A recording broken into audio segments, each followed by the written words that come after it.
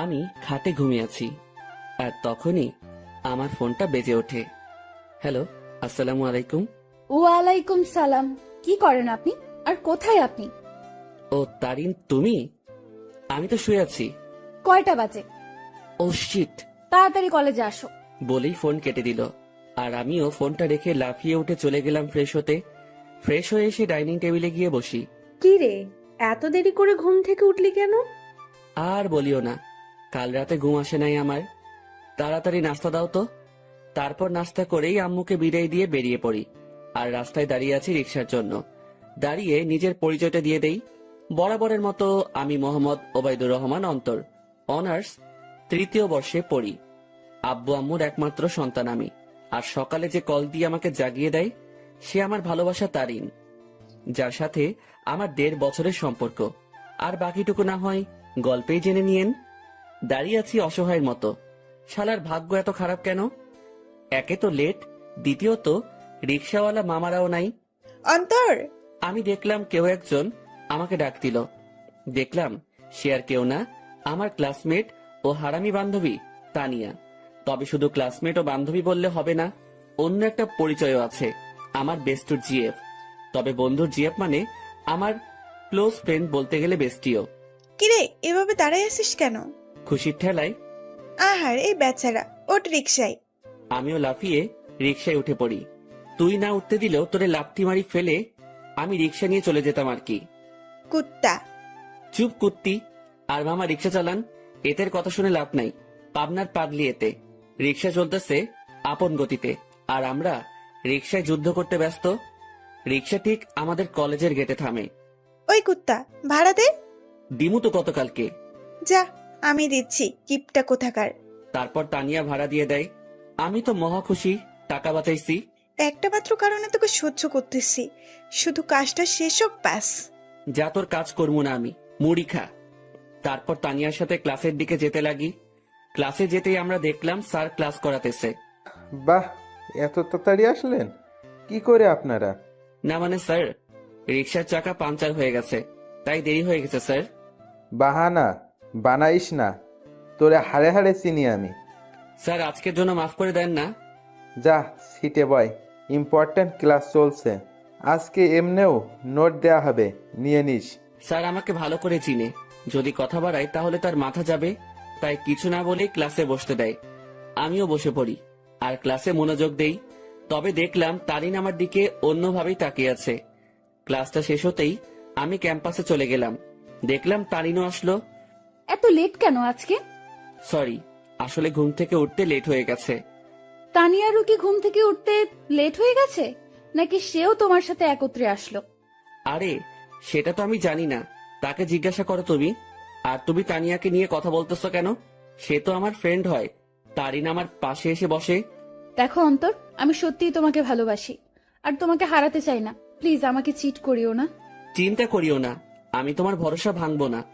তাহলে বলো, তানিয়ার সাথে কিসের এত কথা তোমার? সময় হলেই বুঝতে পারবা। এখন চলো ক্যান্টিনে চাই। চলো। আর কি বলবো তোমাকে? তোরাই যা, আমি তো আকাশ থেকে ভেসে আসছি। না রে শালা, তুই তো উগান্ডা থেকে আসছিস। দূর বেটা।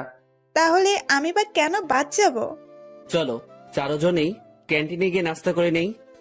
তারপর আমরা ক্যান্টিনে যেতে লাগি। কিন্তু তারিন তানিয়াকে দেখে কিছুটা সংকোচ বোধ করতে লাগলো, কারণ অন্তর আর তানিয়ার মধ্যে কিছু তো একটা চলতেছে, যা থেকে সে বিরত। আমরা সকলেই ক্যান্টিনে গেলাম আর তানভীরকে পাঠালাম নাস্তা আনতে। আর আমরা আড্ডা দিতে ব্যস্ত। কিন্তু তারিন বারবার অন্তরের দিকে তাকাচ্ছে। সে অন্তরের চোখের ইশারা দেখতে লাগে, যা তানিয়াকে দেওয়া হচ্ছে। কি এমন কথা তানিয়া ও অন্তরের মধ্যে, যা আমাকে বলা হয়নি? তাদের দুজনের হাবভাব ঠিক লাগতেছে না আমার। অনেকদিন ধরেই তাদের আমি একটু ক্লোজ আসতে দেখলাম। কোনো অন্তর আমাকে ঠকাচ্ছে না তো? যেই করেই হোক, তাদের দুজনের মধ্যে কথাবার্তাগুলো আমাকে জানতে হবে। তানভীর নাস্তা নিয়ে আসে আর আমরাও মজা করে খেতে লাগি। নাস্তা খাওয়া শেষ করে আমরা ক্যাম্পাসে চলে যাই। আমি দেখলাম তারিন একটু অন্যমনস্ক হয়ে আছে। কি হয়েছে তোমার, এইভাবে অন্যমনস্ক হয়ে আছো কেন? কোনো সমস্যা? কিছুই না। আচ্ছা শোনো, চলো না একটু ঘুরে আসি। সরি, তানিয়ার সাথে একটু কাজ আছে আমার, কাল যাব, কেমন? আচ্ছা ঠিক আছে। অন্তর, আজকে আমাদের কি করার কথা ছিল? জানি, চলো। আচ্ছা এভরিবডি, ঠিক আছে, পরে কথা হবে। আমার আর অন্তরের একটা কাজ আছে। ঠিক আছে যাও। আর অন্তর, সাবধান শালা। বেশি কথা বলবি তাহলে কিন্তু। আচ্ছা যা শালা মর্গা। আর তানিয়ার খেয়াল রাখবি। তারপর আমি আর তানিয়া বিদায় নিয়ে চলে গেলাম আমাদের কাছে। অন্যদিকে তানভীর, বল। অন্তর আর তানিয়ার দিকে খেয়াল করছিস তুই? কি হয়েছে তাদের? তাদের হাব ভাব দেখছিস তুই? দেখলাম তো। আমার থেকে তো কোনো কিছুই মনে হলো না। তোর থেকে মনে হবে কিভাবে? তোর বেস্টু বলে কথা। কিন্তু আমার থেকে তানিয়ার অন্তরের হাব ভাব ঠিক লাগছে না। এর উপর আমার পুরো বিশ্বাস আছে ও কোনোদিনও কোনো উল্টোপাল্টা কাজ করবে না। কিন্তু তানভীর, আমার না একটু তাদের হাব ভাব থেকে সন্দেহ হচ্ছে। তুই নেগেটিভভাবে ভাবছিস বলে তোর এমনটা লাগতেছে, কিন্তু পজিটিভলি ভাব, তাহলে দেখবি সব ঠিক লাগবে। কিন্তু তারিনের মনে এখনো অন্তরের প্রতি সন্দেহ আছে, কারণ তারিনকে না বলে সে তানিয়ার সাথে খুব ক্লোজলি ভাবে কথা বলতেছে। এইদিকে আমি আর তানিয়া শপিং মলে চলে আসলাম। আসলে আমাদের কিছু কেনাকাটা করতে হবে, তাই। তো কি কি কিনবি বল? লিস্ট ফুল রেডি করেই আনছি। তাহলে শুরু করে দে। আমরা আমাদের লিস্ট অনুযায়ী শপিং করতে ব্যস্ত। প্রায় আমাদের শপিং শেষ, আর তখনই তানিয়া ডাক দেয়। কিরে, ডাকতেছিস কেন? চল জেন্টস শপে যাব, একটা টি শার্ট নিব। আমার জন্য নিবি? হ, আমাকে পাগলা কুকুর পাইছে তো। আসলে তোরে পাগলা কুকুরে পাইছে? অন্তর, এটা কিন্তু বেশি হইতেছে। ও মা গো, টুরুলা। আচ্ছা চল। তারপর গেলাম টি শার্ট কিনতে, মানে তানিয়া কিনবে আর আমি দেখবো। কি কালার পছন্দ তানভীরের? আমি আর তানভীর প্রায় সেম কালার পছন্দ করি। বুঝছি, হাইরে চয়েস রে। তারপর তানিয়া ঘুরে ঘুরে দেখতে লাগলো, আর কয়েকটা টি শার্ট নিয়ে আমার কাছে আসে। দেখ, এখান থেকে দুইটা সিলেক্ট করে দে। আমিও দুইটা টি শার্ট সিলেক্ট করে দেই, আর সেও কিনে নেই। চল, খিদা লাগছে, কিছু খাওয়াবি? চুপচাপ বাসায় গিয়ে খেয়ে নিস, এমনিও টাকা আছে কিনা জানি না। চুপ কিপটা, তোর জন্যই তো আমি শপিং মলে আসছি, আর তোর জন্যই তো শপিং করলাম। এখন কিপটামি করিস না, চল রেস্টুরেন্টে। আমি তো শপিং এ টাকা খরচ করলাম, তুই তো শুধু তানভীরের জন্য টি শার্ট নিলি। ওলে বাবারে, টাকা তোর একা যায় নাই, তোর শপিং এ আমি তানভীরের টাকাও আছে। আর এটা তো তোর জানের জন্য করতেছি আমরা। এখন কিপটামি না করে চল তো। বাবা গো, চল বুঝছি, 1 টাকাও বাসায় নিতে দিবি না। তারপর আমরা রেস্টুরেন্টে গেলাম। সেখানে গিয়ে আমরা বসে পড়লাম, আর তখনই তানভীর ফোন দেয়। হ্যালো, কে? শপিং হয়েছে মামা, নাকি আরো বাকি আছে? শপিং শেষ, শুধু লাস্ট জিনিসটা আনলেই সব কমপ্লিট। সেটা আমি আনবো তো সময় মতো, তুই চিন্তা করিস না। আচ্ছা, তারিন কি চলে গেছে? তবে মামা, তোকে আর তানিয়াকে সন্দেহের নজরে দেখতেছে। বলতেছে তোর আর তানিয়ার মধ্যে নাকি কিছু চলতেছে। হ, তাও তার জন্যই। তো কি করিস? আমি কি করবো? যা করার তোর তানিয়া করতেছে, আমারে লুটতেছে রে মামা। আজ যদি তানিয়ার সাথে ব্রেকআপ করতি, তাহলে এই দিন দেখতে হতো না আমার। সমস্যা নাই, তানভীর যদি আমাকে ছেড়ে দেয়, আমিও তোর গলায় পড়বো আর কি। যা লুট হ। আচ্ছা, খাওয়া দাওয়া করে নিয়ে জিনিস সহ তানিয়াকে বাড়ি দিয়ে আসিস। ভাই, তুই এসে নিয়ে যা না। সাথে সাথে তানিয়া আমার থেকে ফোন কেড়ে নিল, আর শুরু করে দিল তাদের প্রেম আলাপ। আর আমি বেচারা আমারটার জন্য মরতেছি। তানিয়া তানভীরের কথা শেষ, আর আমাদেরও খাবার চলে আসে। অন্যদিকে তারিন ও তার কিছু বান্ধবীদের নিয়ে একই রেস্টুরেন্টে আসে, যেখানে অন্তর ও তানিয়া উপস্থিত। তারিন, দেখ তো, এটা অন্তর ভাইয়া না? তারিন অন্তরকে তানিয়ার সাথে দেখে প্রায় অবাক হয়ে গেল। তারিন দেখতে লাগলো তানিয়া আর অন্তর হেসে হেসে কথা বলতেছে আর খাবার খাচ্ছে। তারিন তার মোবাইলটা বের করে অন্তরকে কল দেওয়ার জন্য। এইদিকে আমি জানি না প্ল্যান সাকসেস হবে কিনা, তবে আমি আমার কলেজাটাকে খুশি রাখতে চাই। আমরা তো সেটাই চেষ্টা করতেছি অন্তর, তুই চিন্তা করিস না। হঠাৎই আমার কলটা বেজে ওঠে, আর দেখলাম তারিন কল দিছে। আমিও রিসিভ করলাম। হ্যালো। কোথায় তুমি? আমি তো বাসায়। কেন? ও, কি করো তুমি? এই তো আছি। আর কি, মোবাইল নিয়ে। তুমি কি করো? আমিও মোবাইল নিয়ে ব্যস্ত। আচ্ছা, পরে কথা বলি, কেউ রুমের দিকে আসতেছে। Okay bye. তারপর কেটে দিল। কি বলে সে? আমি কোথায় কি করি এইসব? বাদ দে, তাড়াতাড়ি খাবার খেয়ে নে। অন্যদিকে তারিন অন্তরের মিথ্যা কথা শুনে মুখ চেপে কান্না করতে করতে বেরিয়ে যায়, সাথে তার বান্ধবীরাও। ও কেন আমার সাথে এত বড় প্রতারণা করলো? যদি আমাকে ভালো না বেসে থাকে, তাহলে কেন আমার ফিলিংস নিয়ে এইভাবে খেলা করলো সে? আমি কি ওকে ভালোবাসি নাই? নাকি আমার ভালোবাসায় কমতি ছিল? না, এর জবাব ওকে দিতেই হবে। তারিন কোনো মতে তার চোখের পানি ধরে রেখে বাড়ি চলে যায়। এইদিকে, ম্যাডাম চলেন, আজকে এমনিও অনেক কাজ আছে আমাদের। তারপর বিল মিটিয়ে তানিয়াদের বাড়ির দিকে চলে যাই। তবে তানিয়াদের পুরনো বাড়িতে যাই আমরা। তানিয়াদের পুরনো বাড়িতে আসার আগেই তানবীরকে কল দিয়ে আসতে বলে দেই, আর সে এখন উপস্থিত। সব নেওয়া হয়েছে তোর? হয়েছে, জাস্ট লাস্ট জিনিসটাই বাকি। মামা, তারিন কিন্তু তোর উপর সন্দেহ করতেছে। সে মনে করতেছে আমার কলিজার লগে তোর চলতেছে। আমাকে কি পাগলে পাইছে? এই সেমির সাথে আমার চলবো? ভাই রে ভাই, কি জিনিস রে এটা? আমার লুটি ফেললো। ভাই, একটু দেখে শুনে রিলেশন করতে পারিস না? ওই সাবধান। ঝগড়াঝাড়ি বাদ দে, আর এইগুলো আমাদের দিয়ে বাড়ি যা, আমরা কাজ শুরু করে দিব। ওকে, নেই গুলো, আমি গেলাম। তারপর তাদের জিনিসপত্রগুলো দিয়ে আমিও বাড়ি চলে গেলাম। কই ছিলি তুই? আসিলাম আর কি, মেসেজ দিছিলাম না, দেখো নাই? দেখছি। যা রুমে, আমি তোর জন্য চা আনতেছি। এই না হলে আমার আম্মু আমার কতই না খেয়াল রাখে, আমাকে কতই না ভালোবাসে। হাওয়া দাওয়া বন্ধ কর। আমিও রুমে চলে গেলাম, আর একটু ফ্রেশ হয়ে সেই খাটে লেটিয়ে পড়ি। আর আজকের পার্টির জন্য উত্তেজিত। আসলে প্রায় এক সপ্তাহ আগ থেকে আজকের দিনের জন্য প্ল্যান করতেছি আমি, তানবীর ও তানিয়া। কারণ আজ আমার কলিজাটার জন্মদিন, তাই চিন্তা করলাম ওর জন্য সারপ্রাইজ বার্থডে পার্টি অ্যারেঞ্জ করে তারিনকে সারপ্রাইজ দিব আমি। আমি শিওর তারিন আজকে সেই লেভেলে চমকেও যাবে, ও খুশিও হবে। কারণ আমি জানি তারিন আমাকে কতটা ভালোবাসে। আম্মু চা নিয়ে আসে, আসলে দুপুরে চা খাওয়ার অভ্যাস, তাও রং চা। কি রে, আজকে তোর চেহারায় অন্য কিছুই দেখতে পাচ্ছি আমি। কি ঘটিয়ে আসলি আবার? দূর, কই কি ঘটাইছি আমি? সত্যি করে বল, কি ঘটিয়ে আসলি তুই? তোর চেহারায় আজ অন্য কিছুই বলতেছে আমাকে। ধুর আম্মু, বললাম তো কিছুই ঘটাই নাই। যাও, কথাই বলবো না। বলিস না, আমি গেলাম। তুই তোর রং চা শেষ কর। তারপর আম্মু চলে যায়, আর আমিও রং চা শেষ করলাম। আর আজকে কি কি হবে সেটা নিয়ে ভাবতে লাগলাম। অন্যদিকে তারিন বালিশে মুখ গুজে কান্না করতে ব্যস্ত, কারণ সে অন্তরকে তানিয়ার সাথে রেস্টুরেন্টে দেখল। আর যখন সে অন্তরকে কল দেয় ও জিজ্ঞাসা করে, তখন অন্তর তাকে মিথ্যা বলে। সে অন্তরের এইসব নিয়ে ভাবতে লাগে আর চোখের পানি ফেলতে লাগে। সন্ধ্যাবেলা আমিও রেডি হয়ে নিলাম, দেখলাম তানিয়া কল দিছে। হ্যাঁ বল। কই তুই আসবি না? আমি না আসলে আমার তারিনকে কেক কে খাওয়াবে, ও লাগাবে? আচ্ছা, তানভীর কি গেছে কেক আনতে? তুই তাড়াতাড়ি আয়। বলেই কল কেটে দিল। আমিও মোবাইল আর ওয়ালেট নিয়ে বাসা থেকে বেরিয়ে পড়লাম। আমি চলে গেলাম সেই জায়গায়, সেখানে আমাদের বার্থডে পার্টি হবে। আর সেটা হলো তানিয়াদের পুরনো বাড়ি। আসলে তানিয়ার পরিবার আমাদের চিনে, আর তানিয়া ও তানভীরের বিয়েও ঠিক হয়ে আছে। কারণ তানিয়া ও তানভীরের বাসায় তাদের সম্পর্ক মেনে নেয়। আমিও দরজার কাছে গিয়ে নক দেই। কিরে, আসছিস? হ, আজকেই সেই মজা হবে। আমি তো আর ওয়েট করতে পারতেছি না। ভেতরে চল তো। আমিও ভিতরে চলে যাই। অন্যদিকে তারিনের বান্ধবী নিশু দেখে অন্তর ও তানিয়ার কথাবার্তা শুনে অবাক হয়ে যায়। এটা আমি কি শুনলাম? অন্তর ভাইয়া তানিয়া আপুর সাথে উনি এত নিচু মানুষ তা আমার জানা ছিল না। আমি এখনই তারিনকে বলবো এই সব। নিশু তার মোবাইল বের করে আর তারিনকে কল দেয়। হ্যালো তারিন, শোন, কথা আছে। বলো। তারপর নিশু যা যা শোনে সব বলে। যা শুনে তারিন এবার রেগে যায়।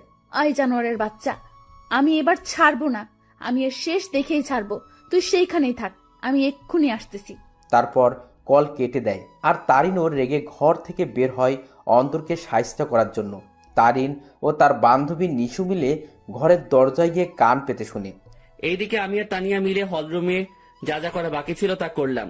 আমিও তাড়াহুড়ো করতে গিয়ে সেখানে থাকা সোফার টেবিলের উপরে একটা বোতল ছিল, সেটা ধাক্কা খেয়ে তানিয়ার গায়ে পড়ি। আউ! সরি।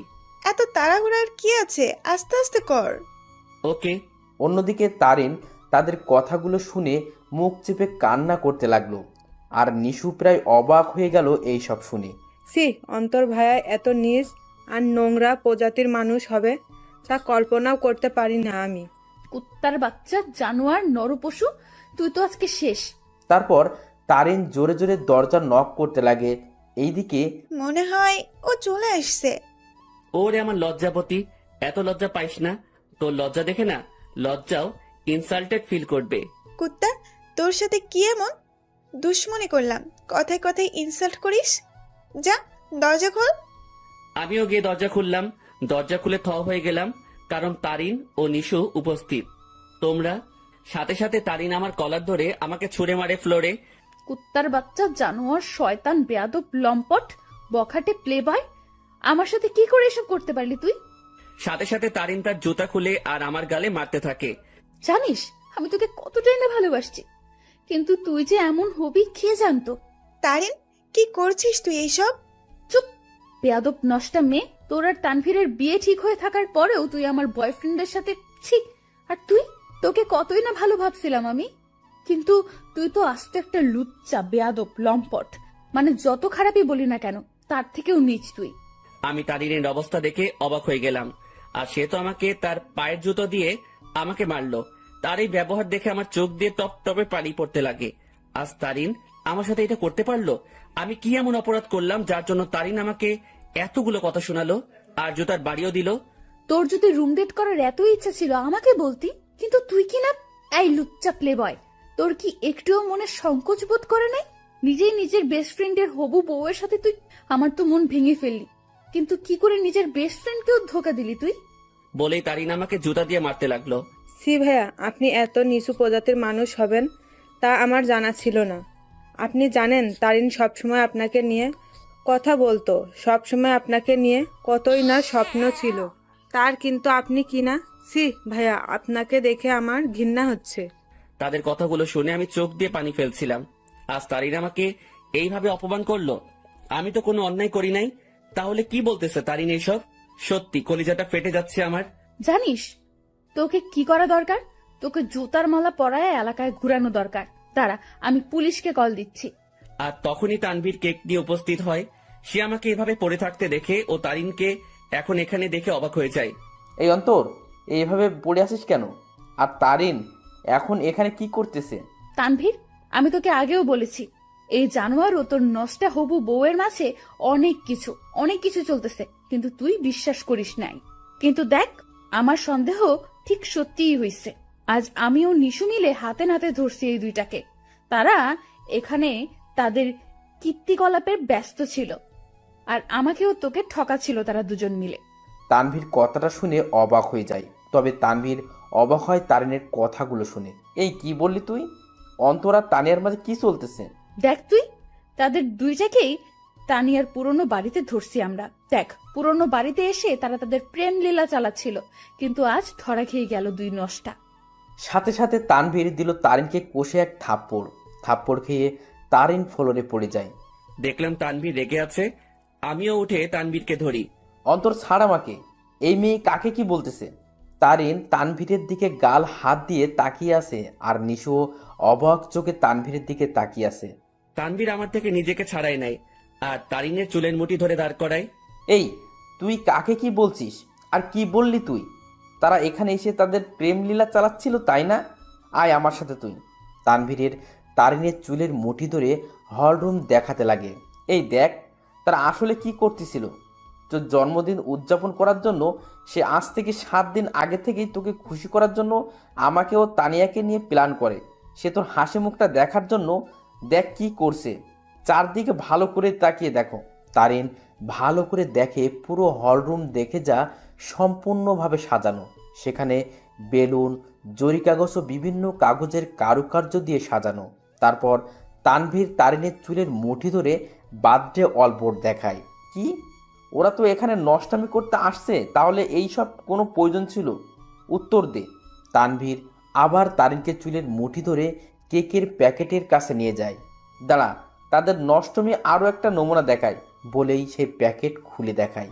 দেখ, তাদের নষ্টামি উদযাপন করার জন্য বার্থডে কেক আনে, যেটা তো সুন্দর করে লেখা আছে হ্যাপি বার্থডে তারিন। তারিন এই সব দেখে তাদের মনের মধ্যে অন্তরের বিরুদ্ধে যত সন্দেহ ঘৃণা ছিল সব দূর হয়ে যায়, আর সেই সেখানেই হাউমাউ করে কান্না করে দেয়। কিরে, এখন কান্না করতেছিস কেন তুই? আরও দেখবি তাদের নষ্টামির নমুনা। আসলে তোদের মতো মেয়েরা না ভালোবাসতেই জানে না। শুধু মুখে ভালোবাসি ভালোবাসি বললেই হয় না, মনে প্রাণে বিশ্বাসও করতে হয় ভালোবাসার মানুষকে। কিন্তু তুই কি করছিস? খালি সন্দেহ। হ্যাঁ, আমার বেস্টু খারাপ, কারণ সে তাকে খুশি করতে চেয়েছিল, আর আমি আমার সেই খারাপ বন্ধুকে নিয়ে গর্ব করি, কারণ সে মানুষকে ঠকায়নি কোনো দিনও। সে সব সময় সবাইকে হাসি খুশি দেখতে চায়, কিন্তু আড়ালে সে নিজেই কান্না করে যেত, কিন্তু যখন তুই তার জীবনে আসছিস সে মনে করছিল সেও এখনো হাসি খুশি থাকবে, কিন্তু তুই আজকে তাকে সবচেয়ে বড় কষ্ট দিয়ে দিলি।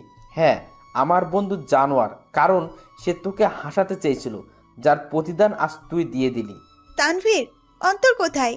নিশু, অন্তর কোথায়? নিশু চুপ হয়ে আছে। তানভীর সাথে সাথে বাইরে দৌড় দেয় অন্তরকে খোঁজার জন্য, কিন্তু অন্তরকে পায়নি সে। তারিন সেখানে কান্না করতে করতে বসে পড়ে। তারিন, ছি, তুই এত নিস মন মানসিকতার মেয়ে, তা আমার জানা ছিল না। কিভাবে তুই এ ভাবলি? অন্তর আমাকে বান্ধবী মানে তো ঠিকই, সাথে ও আমাকে মন থেকে সম্মানও দেয়। আর তুই কি না, অন্তর তোর জন্য কতই না কি করতে চাইছিল। সে চাইছে তোকে সারপ্রাইজ বার্থডে পার্টি দেবে, কিন্তু তুই তাকে কি দিলি? অনেক অপমান ও জুতার বাড়ি। কি করে পারলি তুই এইসব ভাবতে? অন্তর তোকে কতটা ভালোবাসে তা আমি আর তানভীর ভালো করেই জানি, কিন্তু তুই ভালো যেহেতু বেসেছিস, তাহলে একটু ভালোবাসার মানুষকে বিশ্বাস করতে শেখ, সন্দেহ না। আমার মনে হয় না তুই অন্তরকে কোনো দিনও ভালোবেসেছিস, কিন্তু সে তোকে মনে প্রাণে ভালোবেসেই গেল। তানভীর বাইরে থেকে আসে। অন্তরকে পাইছো? না, তুমি একটু কষ্ট করে বাড়িতে খুঁজে দেখো তো। আর এই, তুই বের হ বাড়ি থেকে। তানভীর তারিনকে টেনে বাড়ি থেকে বের করে দেয়, সাথে নিশিও বেরিয়ে যায়।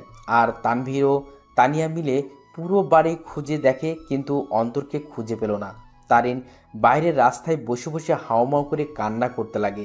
সে আজ তার সন্দেহের জন্য তার অতি প্রিয় একটা জিনিসের কাছে ঘৃণার পাত্র হয়ে গেল। কি করে আমার মাথায় এসব আসলো? কেন আমি অন্তরকে সন্দেহ করলাম? যে আমাকে বলেছিল আমাকে কোনোদিন ঠকাবে না, কিন্তু আমি তাকে বিশ্বাস না করে তাকে অনেক কথা শোনালাম, খুব জুতার বাড়ি দিলাম। ছেলেটা তো আমাকে হাসি খুশি রাখতে চেয়েছিল, কিন্তু আমিই ওকে কাঁদিয়ে দিলাম। বলে সে আরো কান্নায় ভেঙে পড়ে। এইদিকে আমি মেইন রোডে চলে আসলাম। আজ আমাকে আমার ভালোবাসা ভালোই একটা শিক্ষা দিল, আর বুঝিয়ে দিল আমি তার মনে কোনোদিনও জায়গা করে নিতে পারলাম না। আমি তার মনে বিশ্বাস জোগাতে পারলাম না। হয়তো আমারই ভুল ছিল, আগে তার মনে বিশ্বাস জোগানোটা দরকার ছিল। পরে না হয় তার জন্য কোনো কিছু করতাম। হয়তো আমার ভালোবাসায় কমতি ছিল, যার পরিণাম জুতার বাড়ি পেলাম। না, আর কোনোদিনও কাউকে ভালোবাসবো না, আর মনে আঘাত চাই না। আমি তারিনকে পেয়ে মনে করেছিলাম আমার দুঃখ কষ্ট ওর সাথে শেয়ার করব। মনে করলাম ও আমাকে বুঝবে, কিন্তু আমি ভুল ছিলাম। থাক, আর কাউকে ভালোবাসার প্রয়োজন নেই, আমি একাই ঠিক আছি। আর যদি কাউকে প্রয়োজন হয়, আমার বেস্টু ও আমার হৌভাবি আছে না, কিন্তু না আর কাউকে বিশ্বাস করব, না কাউকে মন দিব। কেউ চাই না, আমার শুধু পরিবার ও বান্ধবীদের নিয়ে থাকবো আমি মেইন রোডে হাঁটতে লাগলাম, মনকে শান্ত ও বোঝানোর জন্য যে তার জন্য কোনো ভালোবাসা নেই, আছে শুধু সন্দেহ আর সন্দেহ। আমিও মেইন রোডে যতদূর পারলাম হাঁটতে লাগলাম। কি বা করব আমি? ভাঙা মনকে সান্ত্বনা দিতে চাচ্ছি আমি। চিন্তা করছিলাম মনের মতো একজন পেয়ে তাকে নিয়ে আমি হাসি খুশি থাকবো, কিন্তু ভাগ্য একটা মোড় দিয়ে দিল। রাত 11টা বাজে, আমি এখনো রাস্তায় হাঁটছি আর চোখের পানি ফেলছি। আমার ফোনটাও অফ করে রাখছিলাম যাতে কেউ আমাকে বিরক্ত না করতে পারে, কারণ আমি একটু একা থাকতে চাই। রাত 12টা বাজে, আমি রাস্তার এক কোণায় বসে আছি। তবে আজ আমার নেশার সাহায্য নিতে ইচ্ছা করছে, তাই আমিও উঠে হাঁটতে লাগলাম আর খুঁজতে লাগলাম কোনো দোকান খোলা আছে কিনা। আমি দেখলাম একটা টঙের দোকান খোলা, তাই আমিও চলে গেলাম। কি চাই মামা? আমি সংকোচ বোধ করতে লাগলাম, কারণ আমি আজ পর্যন্ত কোনো দিনও কোনো দোকানে গিয়ে সিগারেট চাই নাই। আরে ভাই, বলবেন তো কি লাগবে? সিগারেট লাগবে? আরে এটার জন্য এভাবে সংকোচ বোধ করছেন কেন ভাই? বলেন কি সিগারেট দিব? আমি বেশিরভাগই ডার্বি, ব্যানসন ও গোল্ডলিপের কথা শুনেছিলাম, তাই চিন্তা করলাম তিনটাই নিয়ে নেই। ডার্বি, ব্যানসন ও গোল্ডলিপ তিনটার এক প্যাকেট দিয়ে দেন। তারপর দোকানদার আমাকে দেয় আর আমিও টাকা দিয়ে দেই, সাথে একটা লাইটারও নিয়ে নিলাম। আমিও যেতে লাগি। ভাই একটা কথা বলবো? জি বলেন। ভাই আমি এই প্রথম দেখলাম কেউ একসাথে 3 ধরনের সিগারেট নিল। ভাই আপনারা কি গ্রুপ মিলে আড্ডা দিবেন নাকি? সেটা আপনি না জানলেও চলবে, আপনার কাজ সিগারেট বিক্রি করা, এই সকল প্রশ্ন করা না। বলেই চলে আসলাম সেখান থেকে। তারপর আমিও আবারও মেইন রোডে গিয়ে সিগারেট ধরালাম। হাতে সিগারেট খাবো কি খাবো না তা ভাবতে লাগলাম। পরে এইসব ভাবনা চিন্তা বাদ দিয়ে সোজা খাওয়া শুরু করে দিলাম। প্রথমে একটু কষ্ট লাগলেও পরে ঠিক লাগতে লাগলো। প্রথমে গোল্ডলিপ, এরপর ব্যানসন, এরপর ডার্বি খেলাম। একটা শেষ হতেই অন্য একটা ধরিয়ে দিলাম। এভাবে 3 প্যাকেটই প্রায় শেষ। শুধু ডার্বির 4টা সিগারেট বাকি আছে। দেখলাম 1টা বাজে। পরে মনে পড়লো বাসার কথা, তাই মোবাইলটা অন করলাম। অন করতেই আম্মু আব্বুর প্রায় 150-র উপরে SMS এবং সাথে সাথে আব্বুর ফোন। কি রে, কই তুই? ফোন বন্ধ কেন তোর?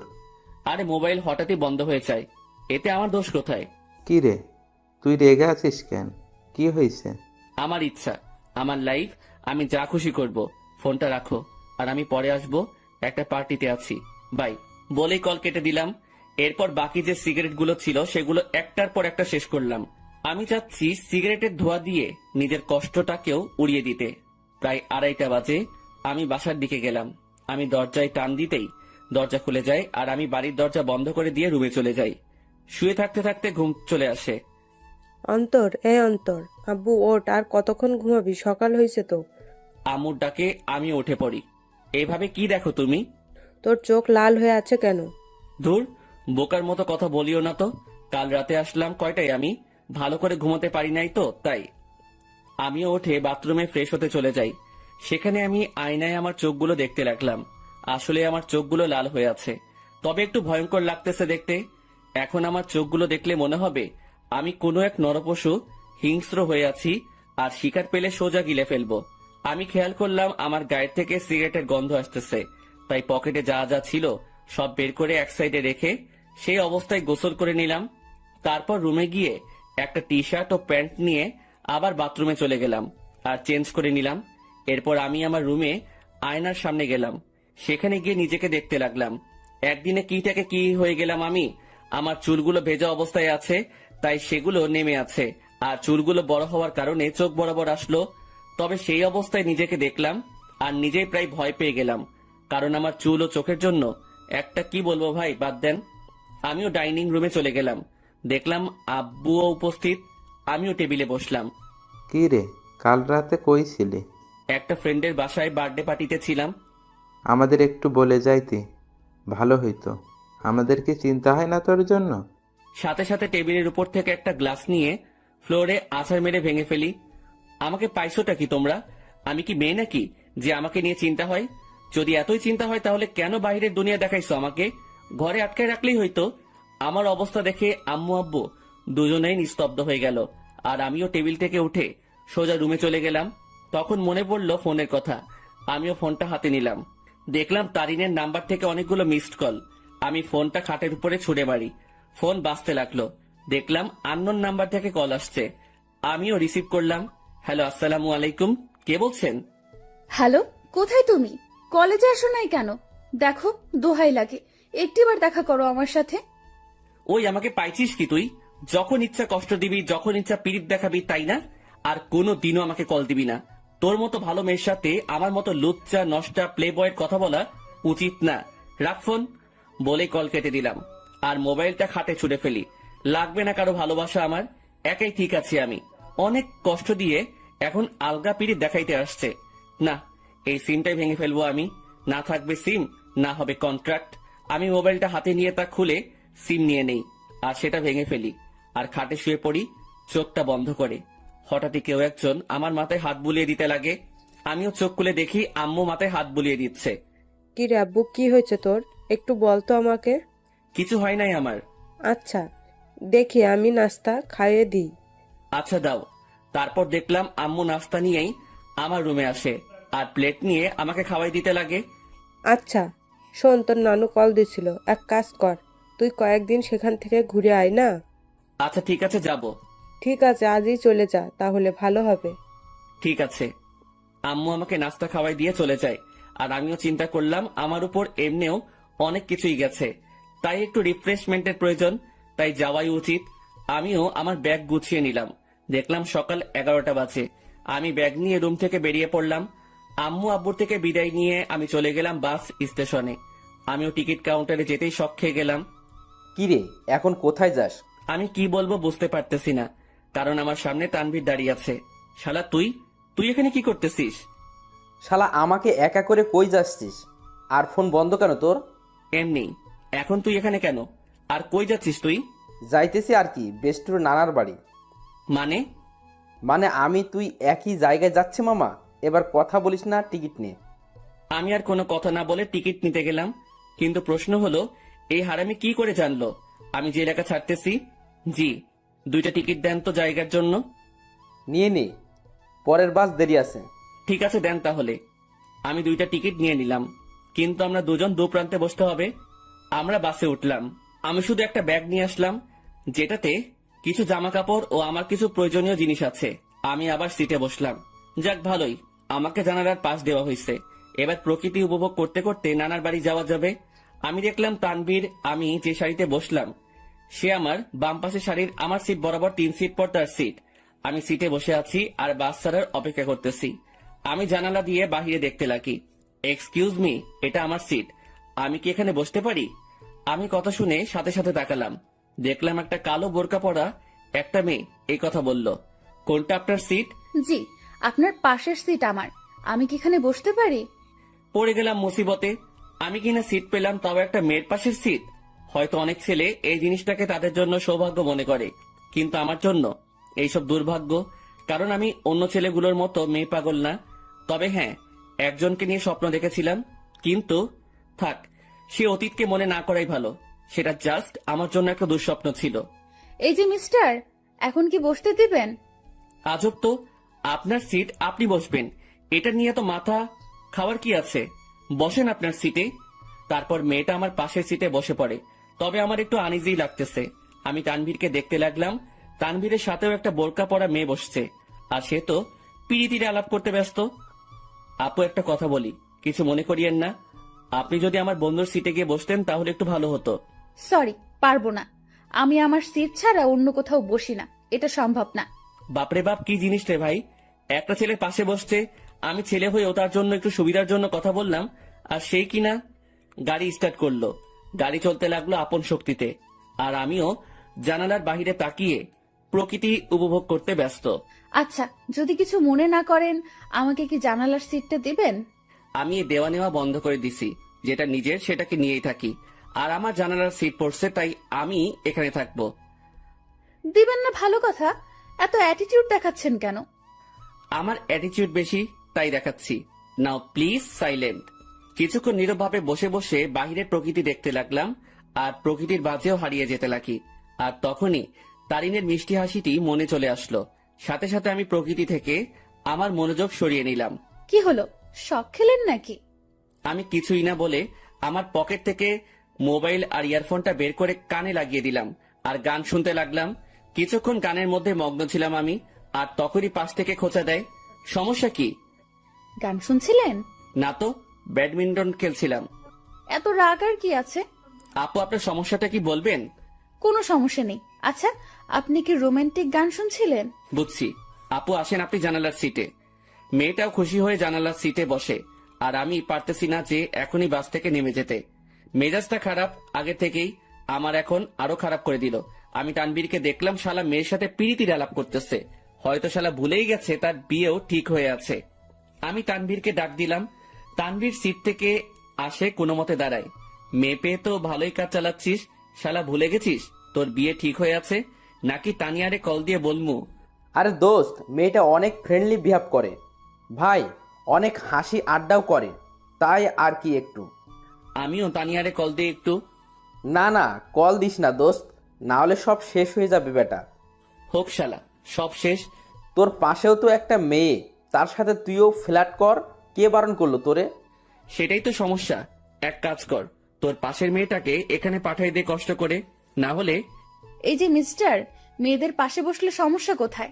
এলার্জি আছে আমার। এবার কথা বলিয়ে না, একদম চুপ থাকেন।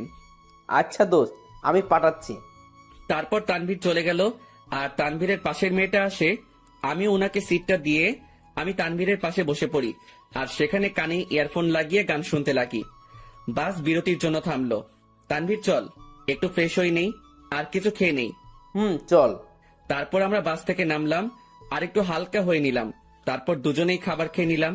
তবে টেবিল থেকে উঠতেই ঠিক আমার পিছন বরাবর টেবিলে সেই 2টা মেয়ে উপস্থিত। আমি তাদের দেখেও না দেখার ভান করে চলে গেলাম হাত ধুতে।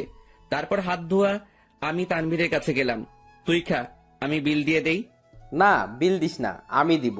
তুই কেন দিবি? তুই আমার সাথে আসছিস, তাই তোর বিল আমি দিব। মামা বেইমানি হবে কিন্তু। যা যা, তুই দে। এমনিও কিপটা তুই। দেশালা। তারপর তানবীর খেয়ে বিল দিল আর কিছু খাবার নিয়ে নিল। আমরা বাসে উঠে যাই আর আমাদের আসার পরেই সেই মেয়ে দুইটাও আসে।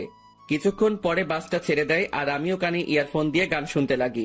প্রায় 2.5 ঘন্টা পরে আমরা আমাদের গন্তব্যে পৌঁছে যাই। আমরা বাস থেকে নামি আমাদের ব্যাগ নিয়ে। কিছুক্ষণ পরেও দেখলাম সেই মেয়েগুলো। আমি তাদের দেখেও না দেখার ভান করে আমি মোবাইলটা বের করলাম আর মামাকে ফোন দিলাম। হ্যালো মামা, কই তুমি? আরে আমি সিএনজি স্টেশনের সামনে। আর তানভীরকে দিয়ে মামার কাছে চলে গেলাম। মামা আমাকে দেখে জড়িয়ে ধরে। কেমন আছিস অন্তর?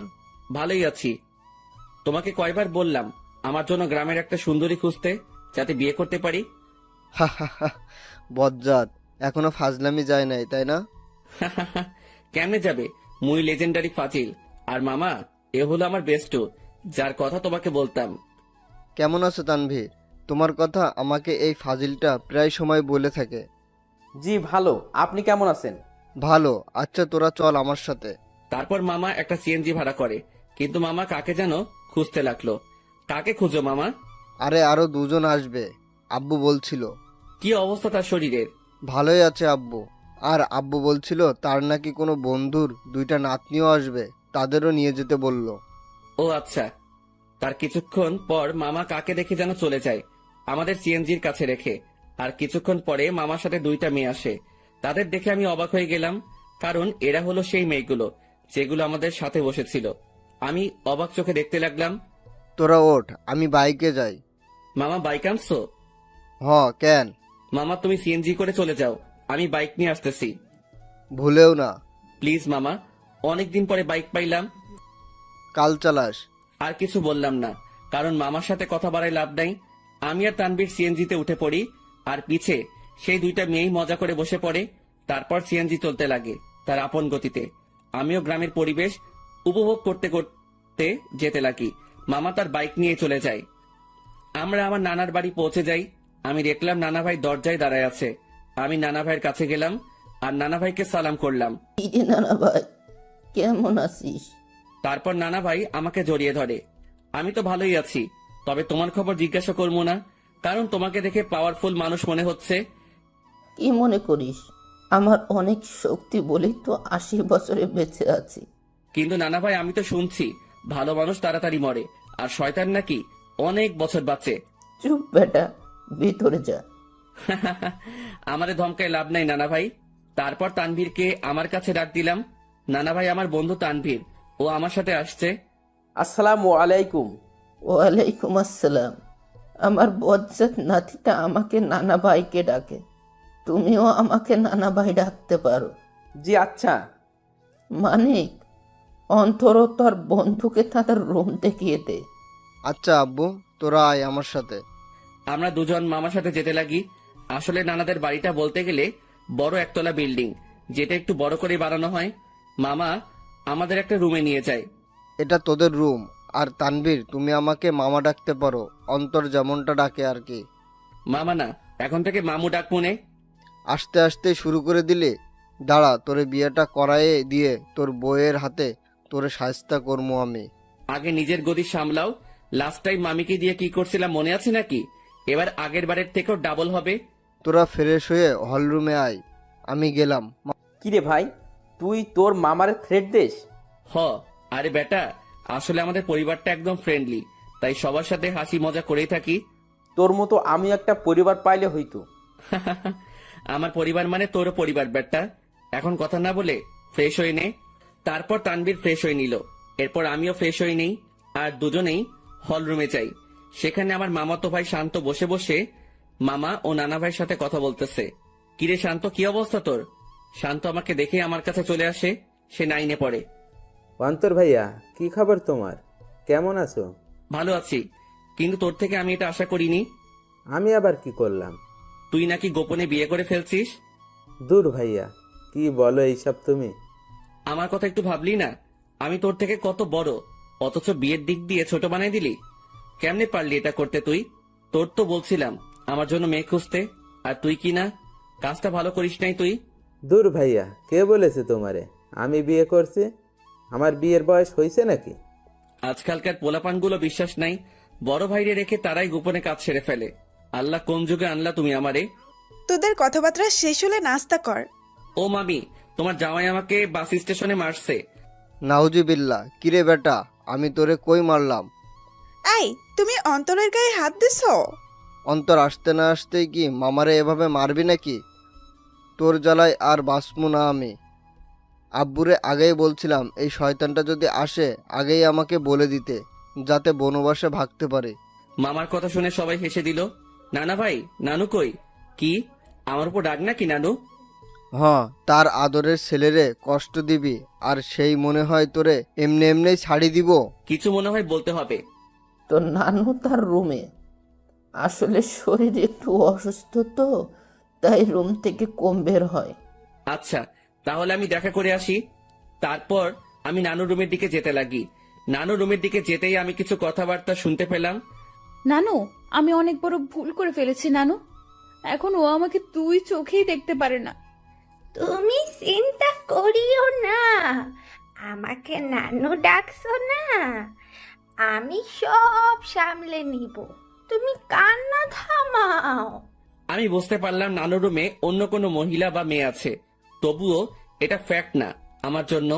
আমি যেহেতু আসছি তাই দেখা করবই, কারণ নানু আমাকে ইগনোর করবে না। তার কাছে আমি আগে, বাকি সবাই পরে। নানু, দরজা খুলে চাই। আর দেখলাম নানু দরজা খুলে নানু আমাকে জড়িয়ে ধরে। কেমন আছো নানু? ভালো, তুই কেমন আছিস? আমি তো ভালোই। আয় ভিতরে আয়। আমি নানুর সাথে ভিতরে গেলাম। আমি ভিতরে যেতেই দেখলাম আমাদের সাথে বোরকা পরা যে দুইটা মেয়ে আসছিল তারা রুমে উপস্থিত। নানু ভাই, বয় তুই। বোরকা পরা দুটো মেয়ে বলল, আচ্ছা নানু, আমরা যাই, পরে কথা বলবো আপনার সাথে। ঠিক আছে, যাও, আর চিন্তা করিও না, আমি সামলে নেব, কান্না করিও না, কেমন? তারপর রুমে থাকা দুইটা মেয়েই চলে যায়। নানু মেয়েগুলোকে আর কান্নাকাটি করতেছিল কেন? আর বলিস না, একটু পারিবারিক সমস্যা, তাই আর কি। তো নানু ভাই, অবশেষে তোকে দেখলাম আমি, এবার শান্তিতেই মরতে পারবো আমি। নানু, কি উল্টাপাল্টা কথা বলো তুমি? এই সব বলা বাদ দাও তো।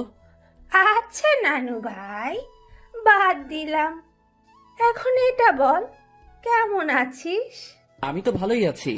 তা তো দেখতেই পারতেছি, মনে অনেক কষ্ট নিয়ে সকলের সামনে ভালো আছিস দেখছি। মানে? কিছু না, বাদ দে। আমি নানুর সাথে নানুর রুমেই অনেকক্ষণ যাবৎ কথা বলি। অন্তর, একটা কথা শোন। জি নানু, বলো। মানুষ মাত্রই ভুল, তাই ভুল করবে, তাই বলে তাকে ক্ষমা করে দেওয়াই ভালো। কথাটা ঠিক বুঝলাম না নানু। আচ্ছা থাক, যা, রাত হইছে, খাবার খেয়ে নে। তুমি খাবা না? খাবো তো, তবে তোর মামি, আমি আর বাসায় আরো দুজন মেহমান আসছে, তাদের সাথে খাবো আর কি। আচ্ছা ঠিক আছে। তারপর আমি নানুর রুম থেকে চলে যাই আর হল রুমে যাই। সেখানে দেখি নানা ভাই, মামা ও তানভীর কথা বলতেছে। ভালোই তো, বহুত ভালো আলাপ চলতেছে মনে হয়। আমাকে দেখেই তারা হতাশ হয়ে যায়। বুঝলাম না কেন। আজব তো, এইভাবে কি দেখো? আমি কি ভূত নাকি? ভূতের চেয়ে কম নাকি তুই? এই মামু, মেজাজ খারাপ কইরো না, না হলে কিন্তু। কি করবি তুই? গ্রামের একটা মাইয়ারে কিডন্যাপ করে বিয়ে করে চলে আসমো। আমার কথা শুনে সকলেই হাসতে লাগে, তবে আমিও উপর দিয়ে হাসতে লাগি, কিন্তু ভিতর দিয়ে থাক বাদ দেই এইসব। আমার জন্য কি অন্যদের হাসি ঠাট্টা বন্ধ করব নাকি? মামি আমাদের খাবারের জন্য ডাক দিল আর আমরাও চলে গেলাম খাবার খেতে। ভাই, শীতকাল, গায়ে আমার কোট আছে, তারপরেও একটু শীত লাগছে। রাতের খাবার খেয়ে নিলাম আমরা। আমিও চিন্তা করলাম রাতের বেলা একা একা হাঁটার। আমি আস্তে করে বাহিরের দিকে যেতে লাগি। কিরে, চোরের মতো কই যাস? যা শালা, ধরা খেয়ে গেলাম। না মানে একটু বাহিরে যাব মামা। অন্তর, বাইরে প্রচুর ঠান্ডা। অসুবিধা নাই, একটু যাই, চলে আসবো তো। ঠিক আছে যা, তবে দরজা লাগিয়ে দিবি। তুই দরজার কাছে আসলে আমাকে একটা কল দিস, আর তানবীরকে নিবি। না মামা, তানভীর এমনিও জার্নি করে আসছে, ক্লান্ত সে, তাই তাকে না নেওয়াই ভালো। আমি মামার সাথে কথা বলেই বাহিরে চলে আসি আর পকেট থেকে মাস্কটা বের করে পরে নেই আর কোটটাও মাথায় দিয়ে দেই।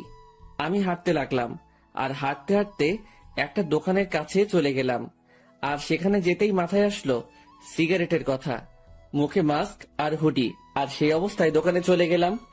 আরেক প্যাকেট ডার্বি নিয়ে নেই, সাথে ম্যাচও। আমিও চলে যাই এক নির্জন জায়গায়, মানে বলতে গেলে পুকুর পাড়।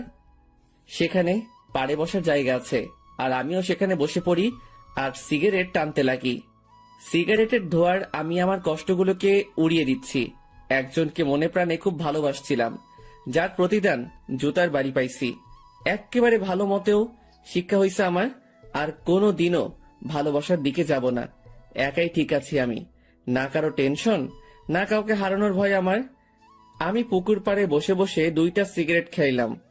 আসলে পরিবেশটা আমার খুব ভালো লাগতেছে, কারণ চাঁদ রাত, আবার পুকুর পাড়ে, সেখানে পরিবেশটা খুবই দারুণ লাগতেছিল আমার। কিছুক্ষণ সেখানে সময় কাটিয়ে আমি বাড়ি চলে গেলাম। বাড়ির কাছে যেতেই মামাকে কল দিলাম আর মামাও দরজা খুলে দেয় আর আমি আমার রুমে চলে যাই।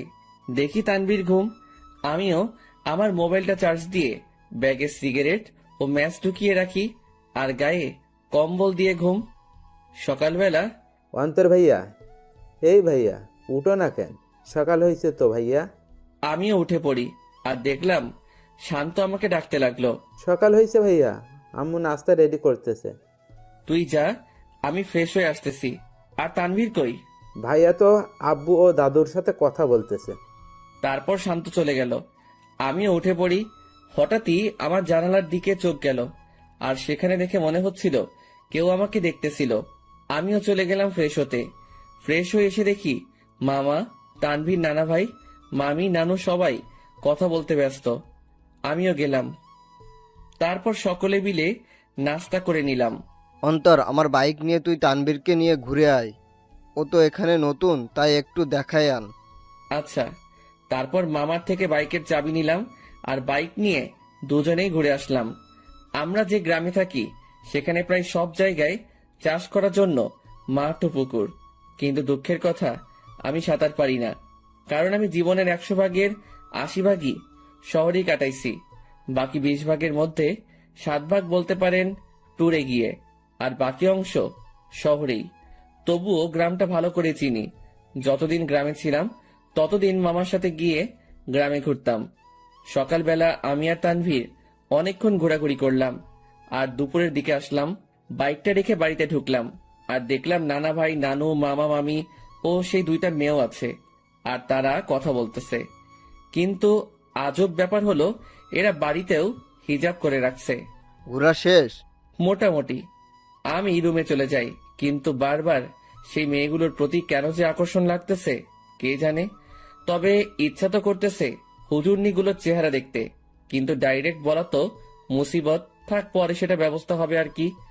আমি রুমে গিয়ে ব্যাগ থেকে কিছু কাপড় বাহির করলাম আর চিন্তা করলাম গোসল করব, কিন্তু মনে পড়লো এখানে তো পানির হিটার নাই যে ডাইরেক্ট বাথরুমে যাবো, সুইচটা ক্লিক করবো আর গরম পানি পামো। পড়লাম আরেক মুসিবতে। কেমনটা লাগে, ধুর, মামিকে বলবো গরম পানি করে দিতে। আমি যখনই রুম থেকে বের হব তার আগেই মামি উপস্থিত উইথ গরম পানি। এই না হলে আমার মামি আমার কখন কি লাগে তা তুমিও আম্মুর মতোই জেনে যাও। আমিও তো তোর আরাক আম্মু, এখন যা গোসল করতে, আমি পানি দিয়ে গেলাম। থ্যাংক ইউ মামি, আই লাভ ইউ বলতাম, কিন্তু মামা শুনলে হার্ট অ্যাটাক করব। যা ফাজিল। মামি চলে গেল আর আমিও মনের সুখে লুঙ্গি আর তোয়ালে নিয়ে চলে গেলাম গোসল করতে। গোসল শেষ করতেই আমিও রুমে আসলাম। লুঙ্গি পরা আছে, বলা যায় না কখন কোথায় খুলে যায়। জীবনে 2টা কখন কোথায় খুলবে তা কেউ বলতে পারে না। 1 হলো কপাল, 2 হলো লুঙ্গি। আমার মনে হলো কেউ আমাকে দেখতেছে। আমিও জানালার দিকে তাকালাম, কিন্তু কেউ নাই। ভাই, বলা যায় না কখন কে এসে দাঁড়ায় থাকে, তাই প্যান্ট আর টি শার্ট বাথরুমে চলে গেলাম আর সেখান থেকে চেঞ্জ করে আসলাম। আমি রুম থেকে বের হতেই এক হুজুরনি আমার সামনে এসে পড়ে। আমিও এড়িয়ে চলে যেতে লাগি আর বাহিরে বাড়ির আঙিনায় রোদের মধ্যে দাঁড়ায় অনেক ঠান্ডা লাগতেছিল ভাই। বিশ্বাস করেন, শীতকালে শরীর ভিজা অবস্থায় কেউ গায়ে একটা ফু দেয় না, তা ব্রেকআপের চেয়ে কষ্টকর লাগে। তো আপনি এই বাড়ির লোক, তা আমাকে আগে বলতে পারলেন না? খালি খালি টেনশনে ছিলাম আমি। আমি পিছনে তাকালাম, কিন্তু চেহারা না দেখায় বুঝতে পারলাম না কে কোনটা, মানে কে কোন বোরকাওয়ালি। আমি কি জানতাম আপনি এখানে আসবেন? আজাইরা কথাবার্তা বলিয়েন না, এইসব আমি পছন্দ করি না। এত অ্যাটিটিউড ভালো না। আমি বুঝতে পারলাম এটা সেই বকবক রানী যেটা বাসে আমার মাথা খাইছে। আচ্ছা, এখানেও মুখ ঢেকে রাখলেন সেটা বুঝলাম না। আসলে এটাই তো আমাদের বাড়ির নিয়ম। পরপুরুষের সামনে আমরা চেহারা দেখাই না, তবে স্বামীকে দেখানো যাবে, এই নিয়ম আছে। আচ্ছা, আপনি কি ম্যারিড? না, আপনি? আমি ম্যারিড। তো আপনার ওয়াইফকে না আনবেন? বন্ধুকে আনলেন কেন? ও ওর বাবার বাড়িতে গেছে। তবে একটা জিনিস আমি খেয়াল করলাম, মেয়েটা এমন ভাবে কথা বলতেছে মনে হয় সে আমার সম্পর্কে জানে, ও আমাকে চিনে। তাছাড়াও তার ভয়েসটা একটু একটু মাথা খাচ্ছে আমার। আচ্ছা, আপনি থাকেন কোথায়? সরি, বলা যাবে না। আচ্ছা, লাগবে না। আমি খেয়াল করলাম মেয়েটা আমার সাথে কথা বলতেছে তো ঠিকই, মানে তার কথার মধ্যে আমি অন্য একরকম কিছু পাচ্ছি। মামি আসে আর আমাদের খাবারের জন্য ডাক দেয়। আমিও চলে যাই। সেখানে দেখি মামা, তানভীর, নানা ভাই উপস্থিত ও তারা বসে বসে কথা বলতেছে। কিসের এত আলাপ তোমাদের? মনে হয় কোনো বড় ধরনের গন্ডগোল পাকানোর প্ল্যান চলতেছে তোমাদের। বিয়ের? কি? কার বিয়ে? কখন? কোথায়? কোন টাইমে? দাওয়াত দিছে তো? আমি কিন্তু যাবো। শালা তোর অভ্যাস চেঞ্জ হইল না। আরে বেটা, ফ্রি খাবার কেমনে মিস করবো বেটা? ও মামা, বলো না কার বিয়ে? আমি বিরিয়ানির চান্স মিস করতে চাচ্ছি না। তোর বিয়ে? কি? এবার খা নিজের বিয়ের বিরিয়ানি। মেজাজটা এখন 440 হয়ে গেল কিন্তু। আরে তোরা থাম তো। তারপর সবাই মিলে দুপুরের খাবার খেয়ে নিলাম। অন্তর, আজকে একটু বাজারে যাব, কিছু কিনতে হবে, তুই যাবি? আচ্ছা, গেলাম আর কি, সাথে তানভীরকেও নিয়ে নিব। আচ্ছা ঠিক আছে। অন্তর, আপুর সাথে কথা বলেছিলি? সকালে বলছিলাম, যখন তানভীরকে নিয়ে বের হয়েছিলাম তখন আম্মু কল দিছিল। আচ্ছা শোন, তোরা বাজারে যাবি ভালো কথা, আমার ওষুধ আনতে ভুলিস না। জি আব্বু। তবে আমি যাব না রে, আমার একটু শরীর খারাপ লাগতেছে। আচ্ছা ঠিক আছে, তুই রেস্ট নে, আমি আর মামা যাব। তো মামা কখন যাবা? এই বিকাল করেই যাব। আচ্ছা। তারপর আমি আমার রুমে চলে গেলাম। সেখানে গিয়ে কিছুক্ষণ রেস্ট করে নিলাম। বিকেলবেলা আমি মামার সাথে বাজারে যাওয়ার জন্য রেডি হচ্ছি। আসলে কোট নিয়ে নিচ্ছি, যাতে যদি আসতে দেরি হলেও ঠান্ডা সহ্য করতে না হয়। মামা বাইক নিয়ে দাঁড়ায় আছে, আমি বাইকে বসলাম। কিরে, বাইক চালাবি? না মামা, তুমি চালাও। তারপর মামা বাইক চালাতে লাগে আর আমিও বাইকে বসে আছি। বাইক চলতেছে আপন গতিতে আর আমি বাইকে চড়তেছি আর গ্রামের প্রকৃতি উপভোগ করতে ব্যস্ত। কিছুক্ষণ পরে আমরা বাজারে চলে আসি। মামা আমাকে নামিয়ে একটা জায়গায় বাইকটা রেখে আসে। আচ্ছা মামা, কি কি নিবা বাজার থেকে? ভাগিনা, অনেকদিন পরে আমাদের বাড়িতে আসছিস, সাথে তোর বন্ধু তানভীরকে নিয়ে আসছিস, তাই আব্বু আম্মু বলেছে তোদের দুজনের জন্য কিছু নিতে। মামা, কিছু লাগবে না আমাদের, তোমার অন্য কাজ থাকলে সেটা করো। আরে আয় তো তুই। মামা আমাকে টেনে নিয়ে যায় আর একটা পাঞ্জাবির দোকানে নিয়ে যায়। সেখানে আমি দাঁড়াই আছি আর মামা দোকানদারের সাথে কথা বলতে ব্যস্ত। অন্তর, এদিকে আয় তো। আমি মামার কাছে গেলাম। দেখ তো পাঞ্জাবিটা পছন্দ হয় কিনা। মামা আমাকে লাল কালারের পাঞ্জাবি দেখালো। মামা, লাল কেন? আমার তো বিয়ে না। বিয়ে হোক আর না হোক, কিন্তু এটা আমার পছন্দ হয়েছে আর আমি চাই বিয়েতে এটা তুই পরবি। তবে ভাগিনা, এটাতে তোরে বেশ মানাবে। আচ্ছা, তোমার পছন্দ হয়েছে তাহলে নাও। তারপর মামা পাঞ্জাবিটা নিয়ে নেয় আর আমাকেও বলে তানভীরের জন্য একটা পাঞ্জাবি দেখতে। আমিও তানভীরের জন্য একটা পাঞ্জাবি দেখি আর মামাও সেটা কিনে নেয়। হয়েছে মামা, এবার খুশি? এমন ভাবে কথাগুলো বললা মনে হয় আমাকে বিয়ে করানোর প্ল্যান করে আছো। সেটাই তো। কি? না মানে সেটাই তো, যাতে তোকে একটা বিয়ে করাই দিতে পারি। ধুর মামা, আপাতত একটু শান্তি দাও আমারে। বিয়ে করলে তো তোমার মতো হাল হবে আমার। আচ্ছা চল। আমি মামার সাথে যেতে লাগি।